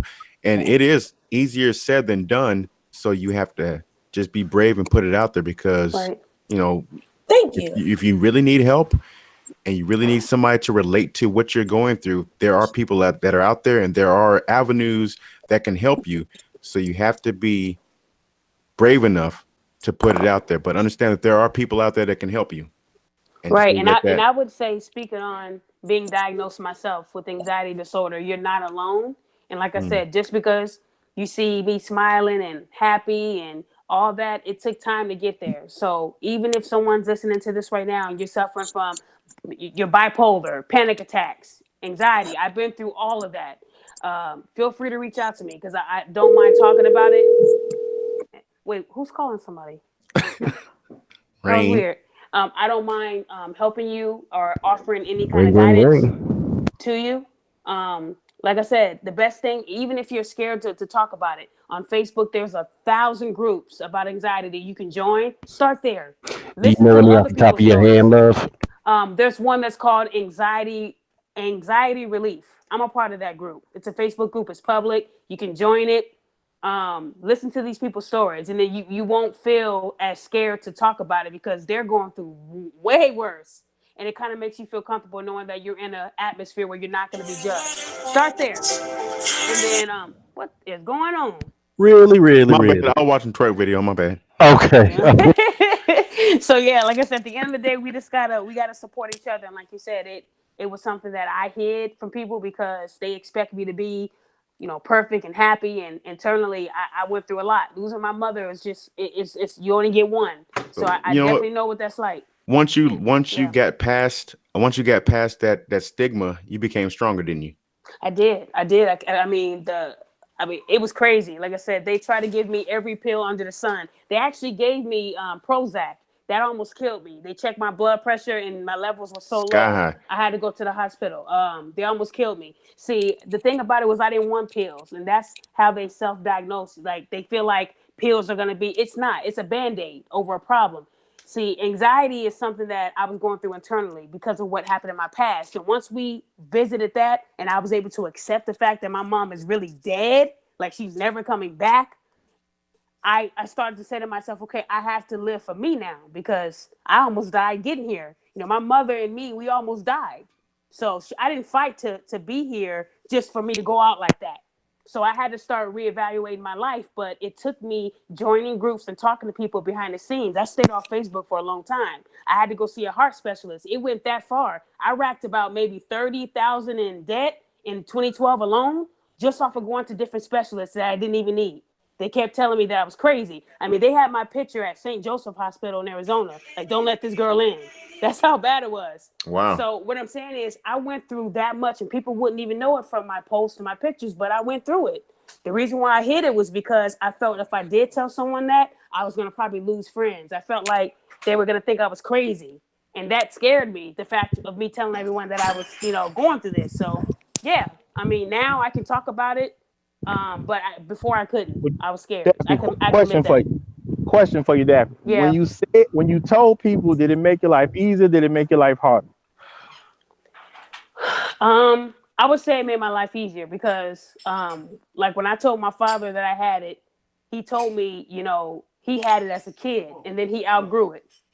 And then when I told my sisters, they turned their back against me. And I can honestly say this: nobody wanted me around them. They didn't. My family, my sisters, and my brother, they didn't talk to me for like 2 years because of my anxiety. My dad was all I had. That was it, my dad. So when my dad finally told them that he was disappointed because they didn't want to research what I was going through, because they were like, well, we're fine. Why is she crazy and we're fine? In their mind. But internally, they had a little bit in them too. They just didn't know they had it. So at the end of the day, it's like, the more I talked about it, the more people told me, well, yeah, I almost committed, I was going to commit suicide the other day. I'm like, what? Yeah, because I got depressed. I went into a room and closed the door. So I think the reason why a lot of people don't talk about it is because we don't check on each other enough. Sometimes I'll go on Facebook and say, how's everybody doing? Is everybody okay? If you need me to give you a call, inbox me your phone number and I'll call you, check on you. Because I lost a lot of friends last year. And I even lost one of my good friends this year. And it's like, you never know. And if you don't put it out there that you're willing to listen to someone or you're willing to offer some words of encouragement, no one's going to do it. They're just going to stay close and then you're going to hear that they died, right? Then you're going to feel bad. So it's like, I take it seriously now. I do. Well, see, my point is, with everything you went through, you still surmised that your life was easier because you told someone.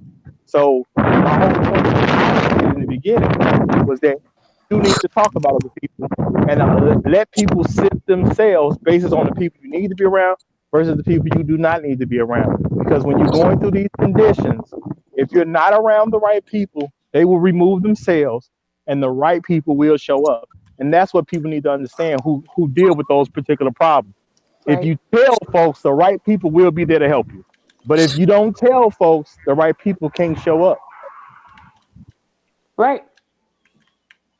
You're right. Like I said, but a lot of people, like Rain said, a lot of people are still not going to be comfortable because sometimes it's people that they feel like they have this high status. Like I felt, I had so many people that were following me and that, look up to me, that give them 2 kind words, and they didn't even know internally I'm in the hospital.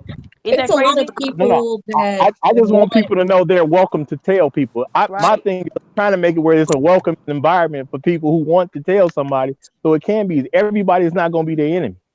A lot of us are willing to help folks with problems. I know people with problems myself. As far as I don't know anybody who just shunned them like that. I'm not saying it doesn't happen. It didn't happen with somebody who said they had it in my family. We still treated them the same way, read about it, did the best we could with the information we was getting at the time. You know, everybody is not going to shun you. That's all I'm trying to let folks know. I wish my family would have read some books before they cut me off for 2 years. That was hard. Yeah, because it's a lot of people killing themselves, and because the people they expect to be there for them are the ones shunning them, and it sucks to say that, but it happens. Yeah, That's why I said it's easier said than done. Roger, if I didn't have my dad, if my dad would have, God forbid, if my dad was gone, my family cut me off. My sisters and my brother cut me off. I wouldn't have had nobody. I don't know what I would have done if my dad wasn't there for me. I'm being honest. So I can relate to Rain on that aspect where, you know, sometimes you need your family first because that's your blood. You want to see if they're going through it. You want to see if they understand what you're going through. So you seek your family first, and if they cut you off, you're like, damn, my blood is saying no. Why would my friends say yes? They ain't grow up around me. They ain't gonna know what's going on. So I mean, you get those thoughts. You do get those thoughts. I do understand people will have thoughts like that, but I do want to make it, because this is a public forum. If it's not even the help from your family, there's other people that are willing to help. All you got to do is let people know you're having a problem. The people willing to help you will show up. The people that don't want to deal with it, they may go away. At the end of the day, you don't need to be around those people. They're not the people you need to be around with your condition. I'm not saying you're wrong. I'm just saying you're speaking it so easy, and it's so like, oh, just go do this and they'll be there for you. Yes, I'm trying to speak it in an encouraging way, and whether in a way of and I get that, but you also got to be realistic as well. This is the Black community we're speaking to, and maybe others, I don't know. But again, the Black community is the hardest community to speak to about these issues. Am I wrong? I'm not going to discourage anybody publicly from trying to get help. Them, but be realistic. At least be honest. Like, I hate the whole sugarcoat. My realistic opinion is you be trying to give off. You sugarcoat shit to make shit seem sweet, gumdrops and candy balls and all type of shit. Stop that. Like, keep it 100. No. How do you feel? Hold on. I don't have the same perspective. Y'all can't keep going back and forth over the top. So I got to pick a lane. Rain, what do you mean he sugarcoat shit? You make it seem like shit. Like, speaking about that is easy. It's not. Like, yes, encourage them, but you're saying it like, oh, yeah, you know, you could go talk to people, get rid of the ones. Like, no, don't try. Like, yeah, it be people that don't understand, and that's the thing. We need to talk to them. They need to talk to them too, because they need to understand the type of shit that goes on. Daphne family, see what happened with her?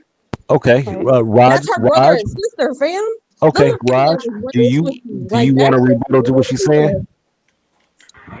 I mean, just using the example of Daphne's family. She told them what was going on.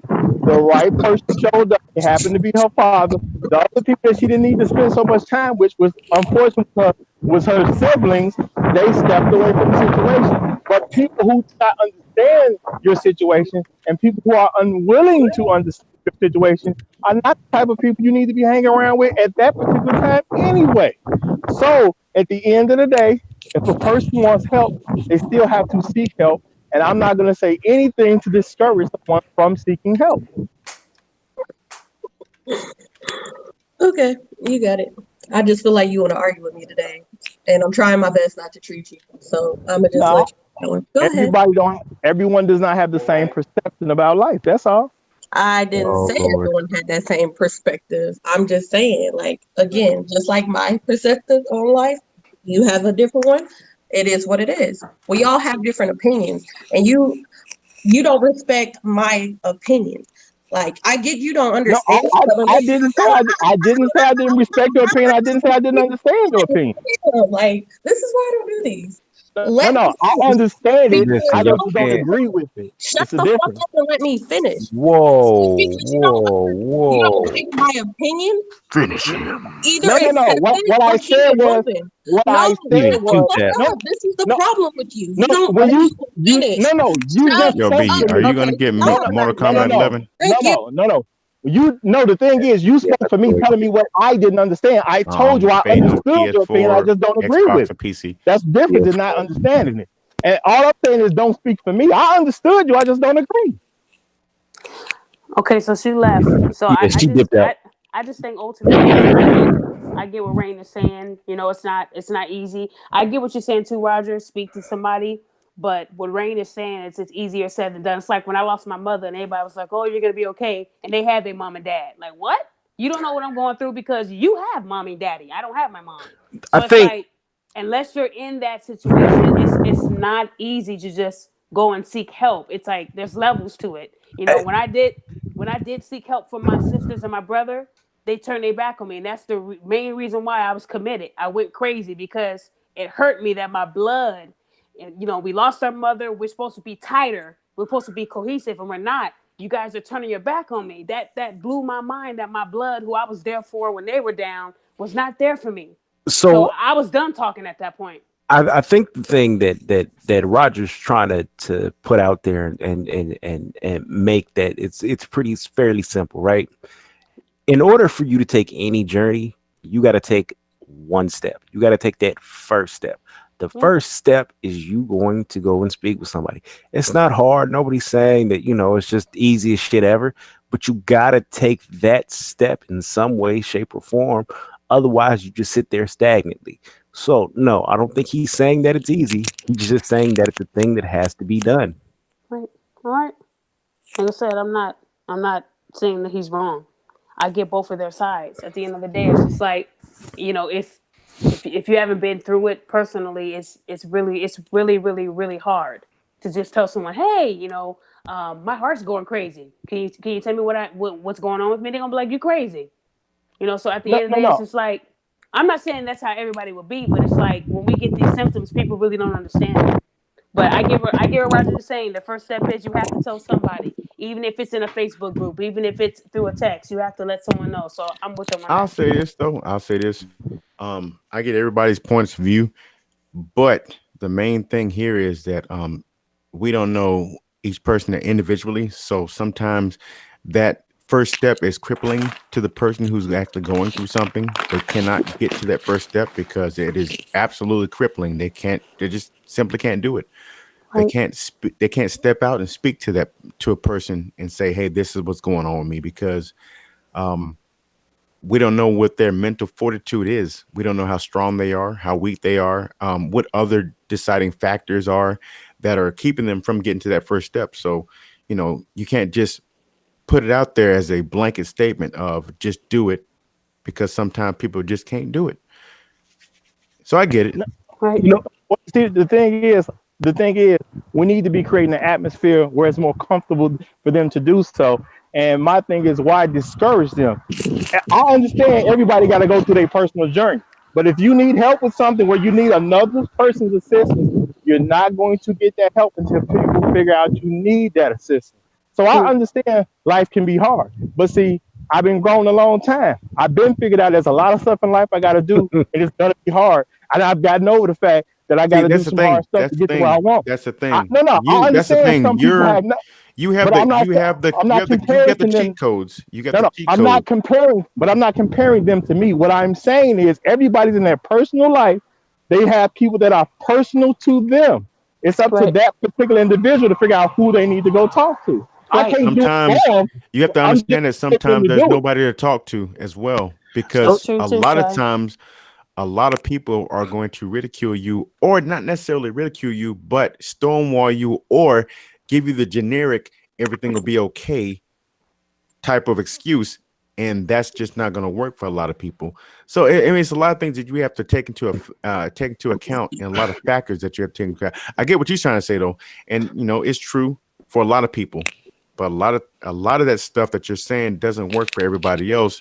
So No, it may not work in their personal circle, but they can go outside of their personal circle. People have to understand there's other people. We're in the information age, we're in the internet. When you say that people have to People can understand that, though, when you say that people have to understand that outside of their personal circle, sometimes people don't see that. They don't understand that. No, I You can get tell that, them but if we don't say it, they'll He's never not gonna think get about it, it. Shy. Let it You can go. say it I all do day. get it. Hold on, I so do You can get say it. it all I day, love but it. people are not. Sometimes people just not going to get let's that. find a happy medium. So let's do this. The happy medium. The happy medium is that a lot of times you need a lot of different hats. So if you're going to be a person that's going to be giving advice to people who are possibly going through these different mental states or whatever, you have to understand that there are a lot of things that you might think personally that don't apply to everybody else. So with that being said, you have to acknowledge all the different factors that can possibly happen, and the possibilities are endless. So you have to find what relates to that person and allow them to come to the understanding and realization that there are different avenues of approach. But with the current state of how we are now, that's not going to get it, because unfortunately in the Black community, it's shunned upon, it's ridiculed. Those things right there, like mental illness, are looked at as far as like across the board. You crazy. It don't matter what the different ailment is, you're crazy, period. And we have to get past that. To create that type of atmosphere, there's a lot of work to be done, period, point blank, bottom line. Move to the next subject. Well, no, I'm saying based on what on what you just said, that's my whole point in stressing that people can get help, and sometimes they have to go outside of their personal circle. So I think everybody's done this before, or at least heard of it. Somebody you know, or you've heard of it, or you've done it, has told a complete fucking stranger your whole business. Yep. Why? Why can we tell a stranger? Because you know a stranger's not gonna get back to you. It's not your circle. You don't feel that same type of judgment. It's just fucking friend. I think we can all agree that the first step in this is opening your mouth and saying something. Now the person, we can change, we can stress it out, but you gotta say something. So maybe you don't feel like your close personal circle is the way to go. Maybe you don't feel like your direct, immediate, outside of that is the way to go. You might have to start with a stranger. You might have to find and build the courage to go to a meeting or a group session where you could talk it out with some other individuals who you feel the hurt and pain in the room. But all in all, it's got to come out your mouth. So you got to find the energy, the strength, the power, the ability to put it out your mouth and start talking about it. Period. End of discussion. If you can't talk about it, you can't get better. So you got to find a way to alleviate yourself of the stress that's built up inside. Case closed. Pretty much. And the best way to do that is by listening to this show. Wait, hold on, man. If they listen to the show, Okay, man, they ain't Martel. shit for watching though. So I mean, Hey, listen. You can always contact Daphne, because she's crazy as cat shit, and you can't get worse than Daphne. So Okay. she can't judge you. Okay, whatever. You a hater. Shut up. Judge free zone. Or you can contact Rain, because Rain don't play. She keep it real. I'm Rain. Rain asked too many questions for Where's me. my Rain at? She on mute. she on there. Roger and Rain muted make right up now. Raphael, you still here? I know Roger Raphael. and Rain. He been quiet to the Make motherfucker. up. He just listening listen, these niggas is crazy. I know. I'm not coming back on this show. Hold on. Roger and Rain, both of you guys make up. Kev on there too, man. Kev I ain't gonna be able to go to bed. I ain't I gonna be think able to go to Kevin's bed at work. I'm not. Okay. I'm not mad at her at all. The only thing I said to her was just because I don't simply agree with what she's saying. I totally understood what she's saying. All I'm saying is don't speak to me. Don't tell me what I don't understand. I got totally what she said. I just didn't agree. Roger, you went from a baritone to a You soprano. come out. How you gonna? And this is what I was trying to get you to understand. This is good. Respect my opinion, like I respect yours. I let I your did. shit slide. No, you don't, because you steady attack me, and I don't. I like didn't that. attack you. I just don't agree. You do. No, there was no truth. That was an attack. Like if it was truth, your tone would have been totally different. I heard you say, "I hate when she comes and do." No, don't do that. That's an I didn't attack. say nothing about I hated Yes, you. I didn't say nothing And about we'll hate. go No, I back did and not. I paused the show. So when we're finished, I'm gonna go back and I'm gonna record it. Yes, you should do that. You very much should do that.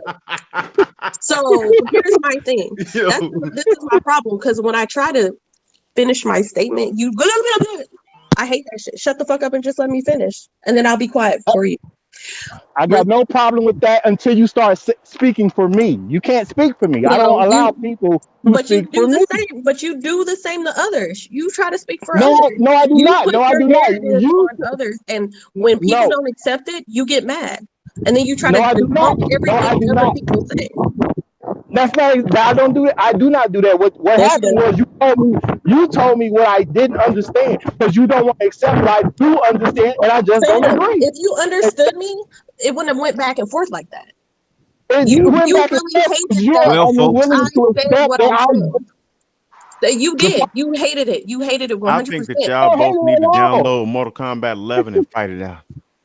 Get his That ain't ass. gonna Right solve there. Mortal nothing. Don't set him Kombat. up for failure. That Oh ain't gonna shit. solve nothing. Ooh, That's ooh. gonna solve nothing. The thing I is, think Roger would Anyway, lose. He'd give her accept, but I $40 and just say, don't "Tell her I agree. won." Hey, we gonna all have to download this shit and have this on like the Sam, I would go stream one get it. day. Like Hey, one Shy, huh? He'd give her $40 and say, "Tell everybody I won." Nah, hey. listen. You taking low blows today, ma'am. Ma'am, I love ma'am. Roger. I'm gonna Roger need know I'll you, be playing. ma'am. You know what? Give I her really do $40 and appreciate stay these. I away. appreciate these forums, bro. I really do because at the end of the day, man, we're able to talk about these different subjects and stuff and everything. We can have disagreements all day and like lowbrow each other and everything, low blows and all that. But at the end of the day, we're all moving towards a common goal, and I appreciate that. Aww. I try. It's just I Cause hate fuck all niggas. y'all equally.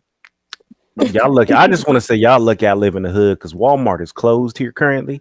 What? Otherwise, I'd Wait, have bought that Walmart bitch. closed? Yeah, it's literally in Walmart. Philly. Where I are live you in at? Philly. Oh yeah, Walmart Philly. closed? Yep. Walmart closes at 6 p.m. in Yeah, Philly. Walmart don't play none of that Put it shit, back to nigga. Walmart and Little Damn, I Ethiopia. could go to Walmart right now and get I that game. can too. Nigga, Right. it's all the Walmarts in the vicinity. What I'm about looking. Walmart in Little I didn't know Walmart Ethiopia? ever closes. I'm I gotta go sorry. 15 Little miles away. Ethiopia, B? Little Ethiopia? Little Chicago, Ethiopia. you Oh, plenty of Hey, clothes. Walmart closed. As soon as the sun go down, they close. we got one Walmart over here. They stay fucking people up. They constantly having barbecues during the summer. I'm like, what? Because when I first got here, I'm like, they got a barbecue going every week. It's because they At fucking Walmart? people up. It's You keep because they staying in fucking Walmart. people Somebody up. robbed the Walmart in South Jackson, bro. I'm like, man, what is wrong with you people? At gunpoint, they robbed How like you rob a Walmart?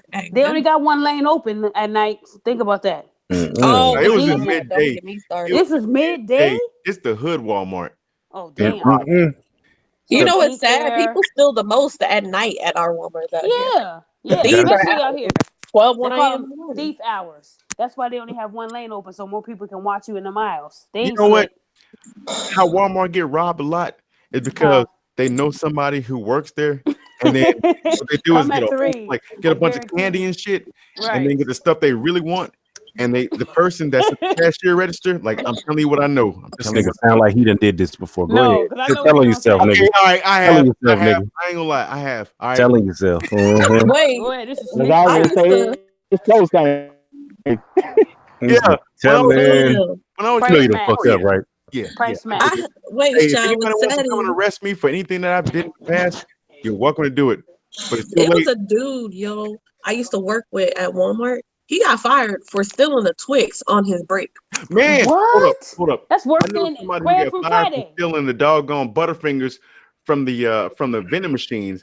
And the thing is, we was part of the crew that was building the Walmart Supercenter, and they put the cameras in that day. I said, "Bruh, I don't think you need to do that, man." Oh man, them cameras ain't on. I said, "Bruh, you don't need to do that." He did it anyway, and we're like, "Yo, what happened to so and so?" I called him later. I was like, "Bro, what happened, man? You went to work today, man? They fired me, man, because I took a damn Butterfingers out the vending machine." I said, "Well, how they know the camera was on?" I told you. Dang. So what they Got end up his giving ass. him for a check? A payday? He just got Niggas fired. get a payday All for right, it. so Shut up. You got the joke, okay. right? Shut up. So I'm gonna confess That this was a to good you guys joke. and everything. Walmart can't do nothing to me now, but so my homegirl got fired from Walmart because they said she was riding the clock, and she told me about it, and I came outside to talk to her about it. Well, we just so happen to know the codes. If you have a code brown or in like codes like that, that means it's a bomb threat. What we did was we came back inside and we got on the phone, and she called in a bomb threat on the phone. And we walked back out and we saw all the CSMs just scrambling around like Cole Brown, Cole Brown, Cole Brown. Oh, hell no, Shy. She did Okay, it for her so revenge. I thought you was gonna say that they was doing the price match because No, I worked at Walmart for like No, 1 it was month just a and I bomb quit. threat. She called in a bomb threat, man. I hooked Everybody was everybody scattering like up. roaches when the lights come on. And then what happened? She went to jail? No, she ain't go to jail, man. Shoot, nobody knew about it till now. It's too late. Okay. She gonna hit you up tonight, Yeah, but Don't don't they be a gonna- snitch. Don't they ban people that steal for like 3-4 years from one? I thought it was forever, for life. No, Is they it for ban. life? It's a certain amount of time. No, they ban you for like. Well, I don't. I think back in the day, it used to be like I'm 4 gonna or tell you 5 how years. people be stealing from Walmart, man. It's always an inside job. It's always an inside job because what they do is get a bunch of bullshit that they're gonna scan, and they get the stuff that they really want. They scan all the bullshit and they fake like they're scanning the other stuff, and they walk right out. Until you give him that receipt. When you give old Tom that receipt and he don't see This that, nigga said old time. you go in jail. That's all that is. I thought she was gonna say they price match because that's the easiest way to do it. Oh, No, I ain't saw no this at price Family Dollar matching. for No, $2. ain't no price You can put it matching in for because that's $2. right there. You got to scan it.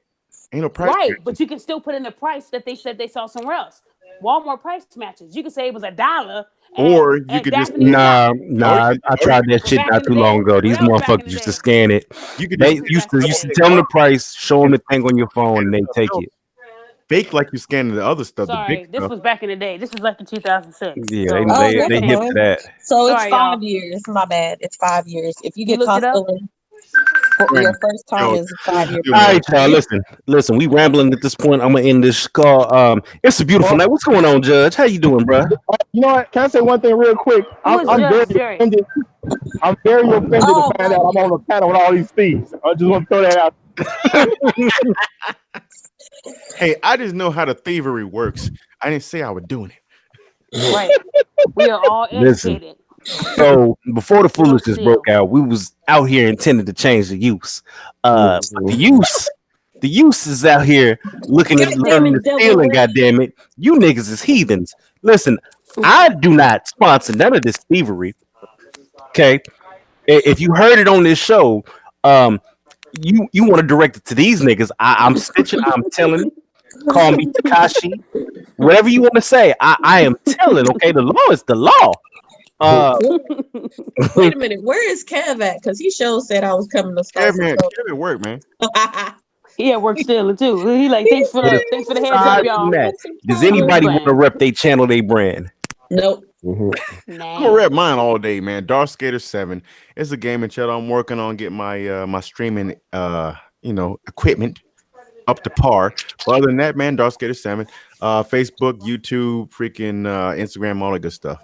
He has All right. 15 Facebooks. Judge, you want to What's going rip your on? name, rip your city, rip your game, rip your everything. Oh man, I fell asleep earlier. You know how black people eat something and go to sleep. Get the Itis. Yep. Yeah. Listen, y'all got to stick around for Judge's story after the show. And if y'all want to hear this, you're gonna have to drop $15 into my my Cash App, and I'll start recording these for you. Until that then, PayPal. you hit my PayPal. Roger, you want to rep your name, rep your channel? Roger gonna be like, give him $40 and then stay away. You so petty. Keep them away. Gotta keep them away. Gotta keep them coming back. Actually, but this is Roger Stevens on the Roger Report. Y'all go to my channel, check it out, like, subscribe. I'm 130 of Habitual Line Steppers. Always keeping it real. Y'all be easy. Man, oh man, yeah, you niggas is heathen. So, I'm ending the show. I think this show personifies the name of the show. It really does, because at several points throughout the night, you heard some shit, you thought some shit, you said, you know what, these niggas ain't shit. And if you kept watching, you ain't shit for watching. Y'all have a wonderful night. Love you. Thanks for tuning in. We'll be back soon.